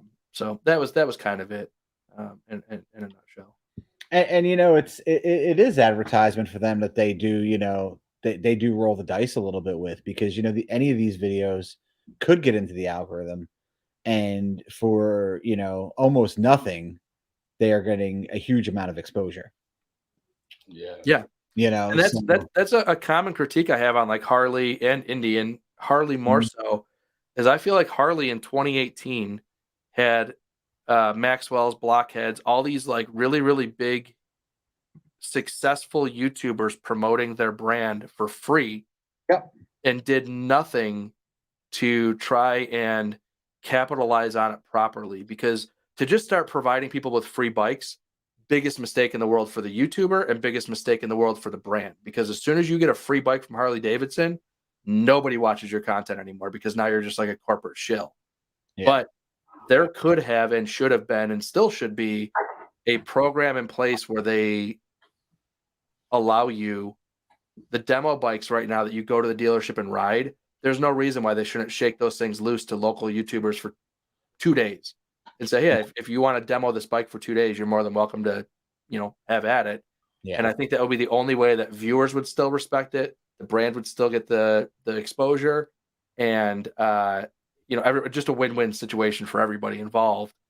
But they just don't seem to be doing that. There was a little bit of it with the Pan America, but I don't know if people want to watch excursions that Harley flew you out to so-and-so city to go on this big adventure. I don't know if that resonates with YouTube viewers. The only time that I kind of really recall that happening is when Harley gave Meza the Pan America to do the lower 48 in 11 days.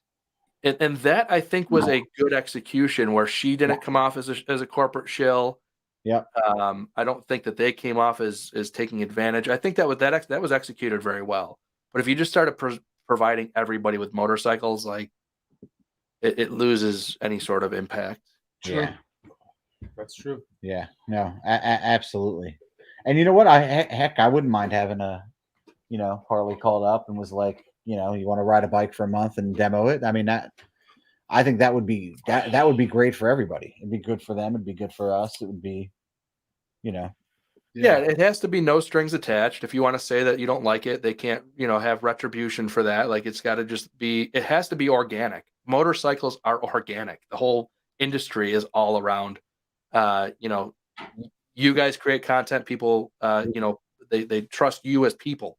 And as soon as you start making too much of a corporate thing around it, you watch how the backlash happened. I mean, Adam Sandoval, when he got cut from Harley, a lot of people were anti-Harley because of that. It's like people like the guy, and it's I don't know. So there's a lot of thoughts around that, but they feel connected to the guy more than they did the brand. I mean, that's what it was. Yeah, and that comment about her two wheels getting bikes dropped off at her house for like a couple weeks or whatever, perfect execution. At that point, she has a couple bikes. She can talk about them, make a couple videos, and then they come and pick them up, and they're gone. The automotive industry does this all the time. How many YouTube videos do you watch around F-150s that, or whatever, that like the brand drops off for these people to review for a couple weeks, and then they take them back?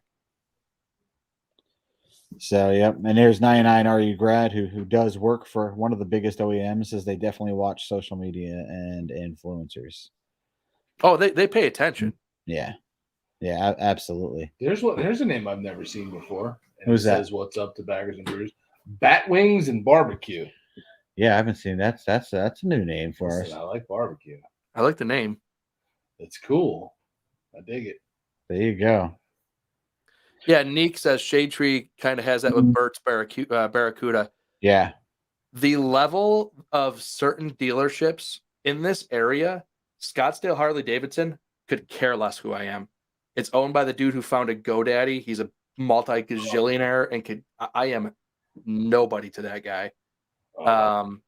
There are pretty much all the dealerships around here could care less about any YouTubers. I know another local YouTuber who sort of had something in the works with one of the local shops. They could care less.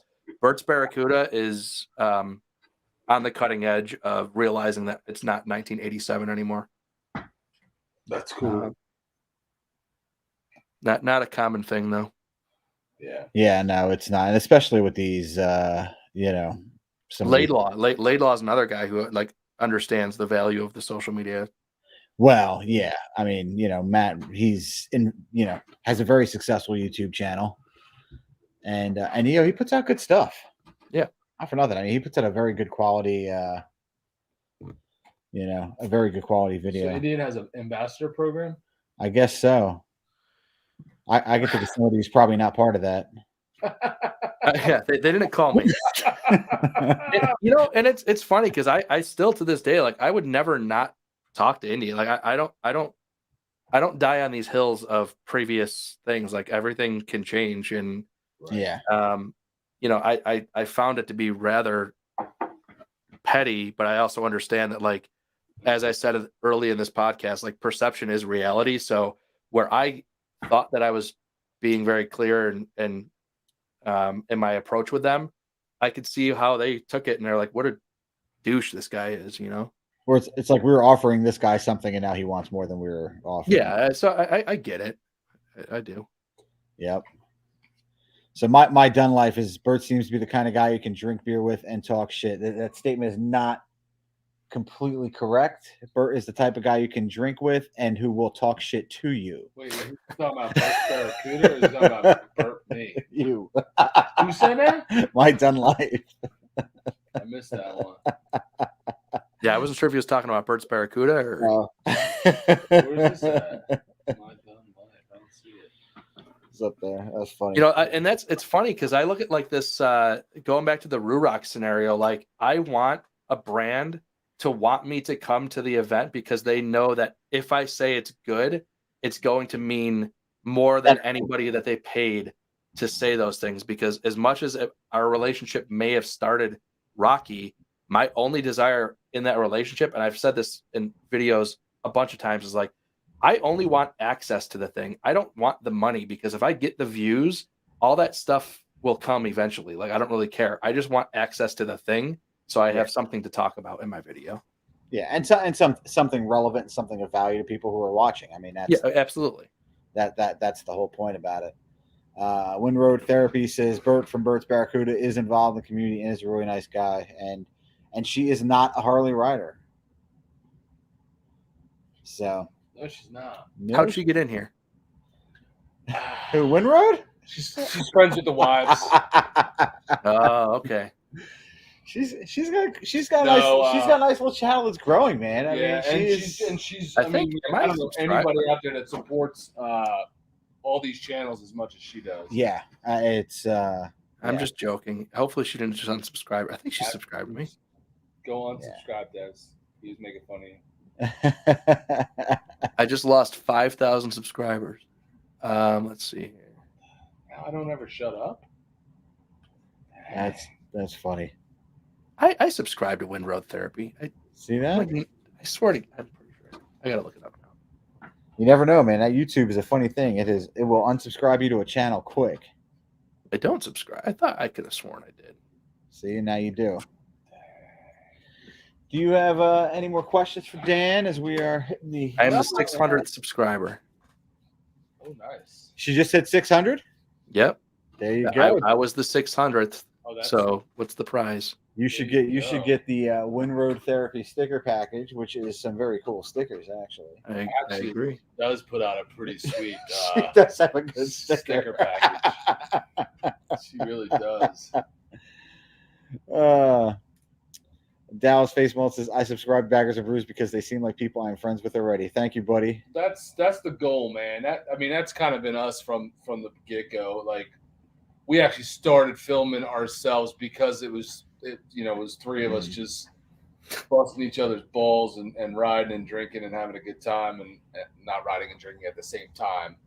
I mean, sometimes, but riding and then having beers and busting our balls and just being like normal friends, like all of you guys have friends the same way, and the way we give each other a hard time, and we just wanted to put that on camera and just kind of share our shenanigans. And I hope that comes off that way. I mean, we have to do the occasional product review where it might seem a little more serious, but I mean, anybody knows me that I'm not very serious very often. So Dan says, Dave, find Dave on Facebook. Maybe you guys can find each other on Instagram.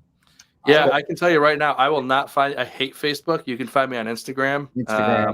Atwell's got to get on. Atwell's got to get on Instagram. Well, Instagram is honestly the best place to engage in messaging back and forth with people, in my opinion.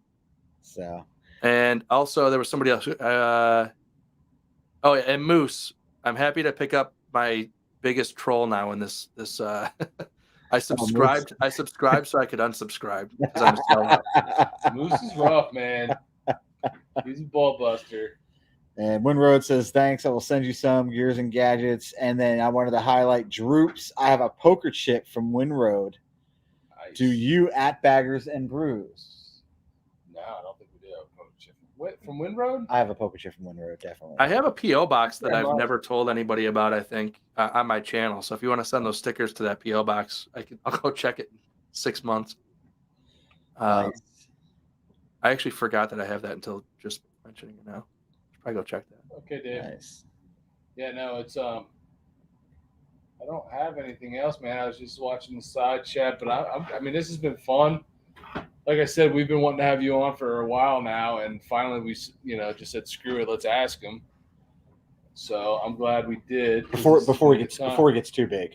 Yeah, no, I appreciate you guys getting in touch with my agent and putting that whole thing together. It's funny too because I kind of felt the same way about Steve from Sick Baggers, even though we had talked to him and stuff and whatnot. But I still felt like he's a big channel, and then come to find out when he comes on, he's like, no one else has ever asked me to be on a live stream before. It's like, what? All right then.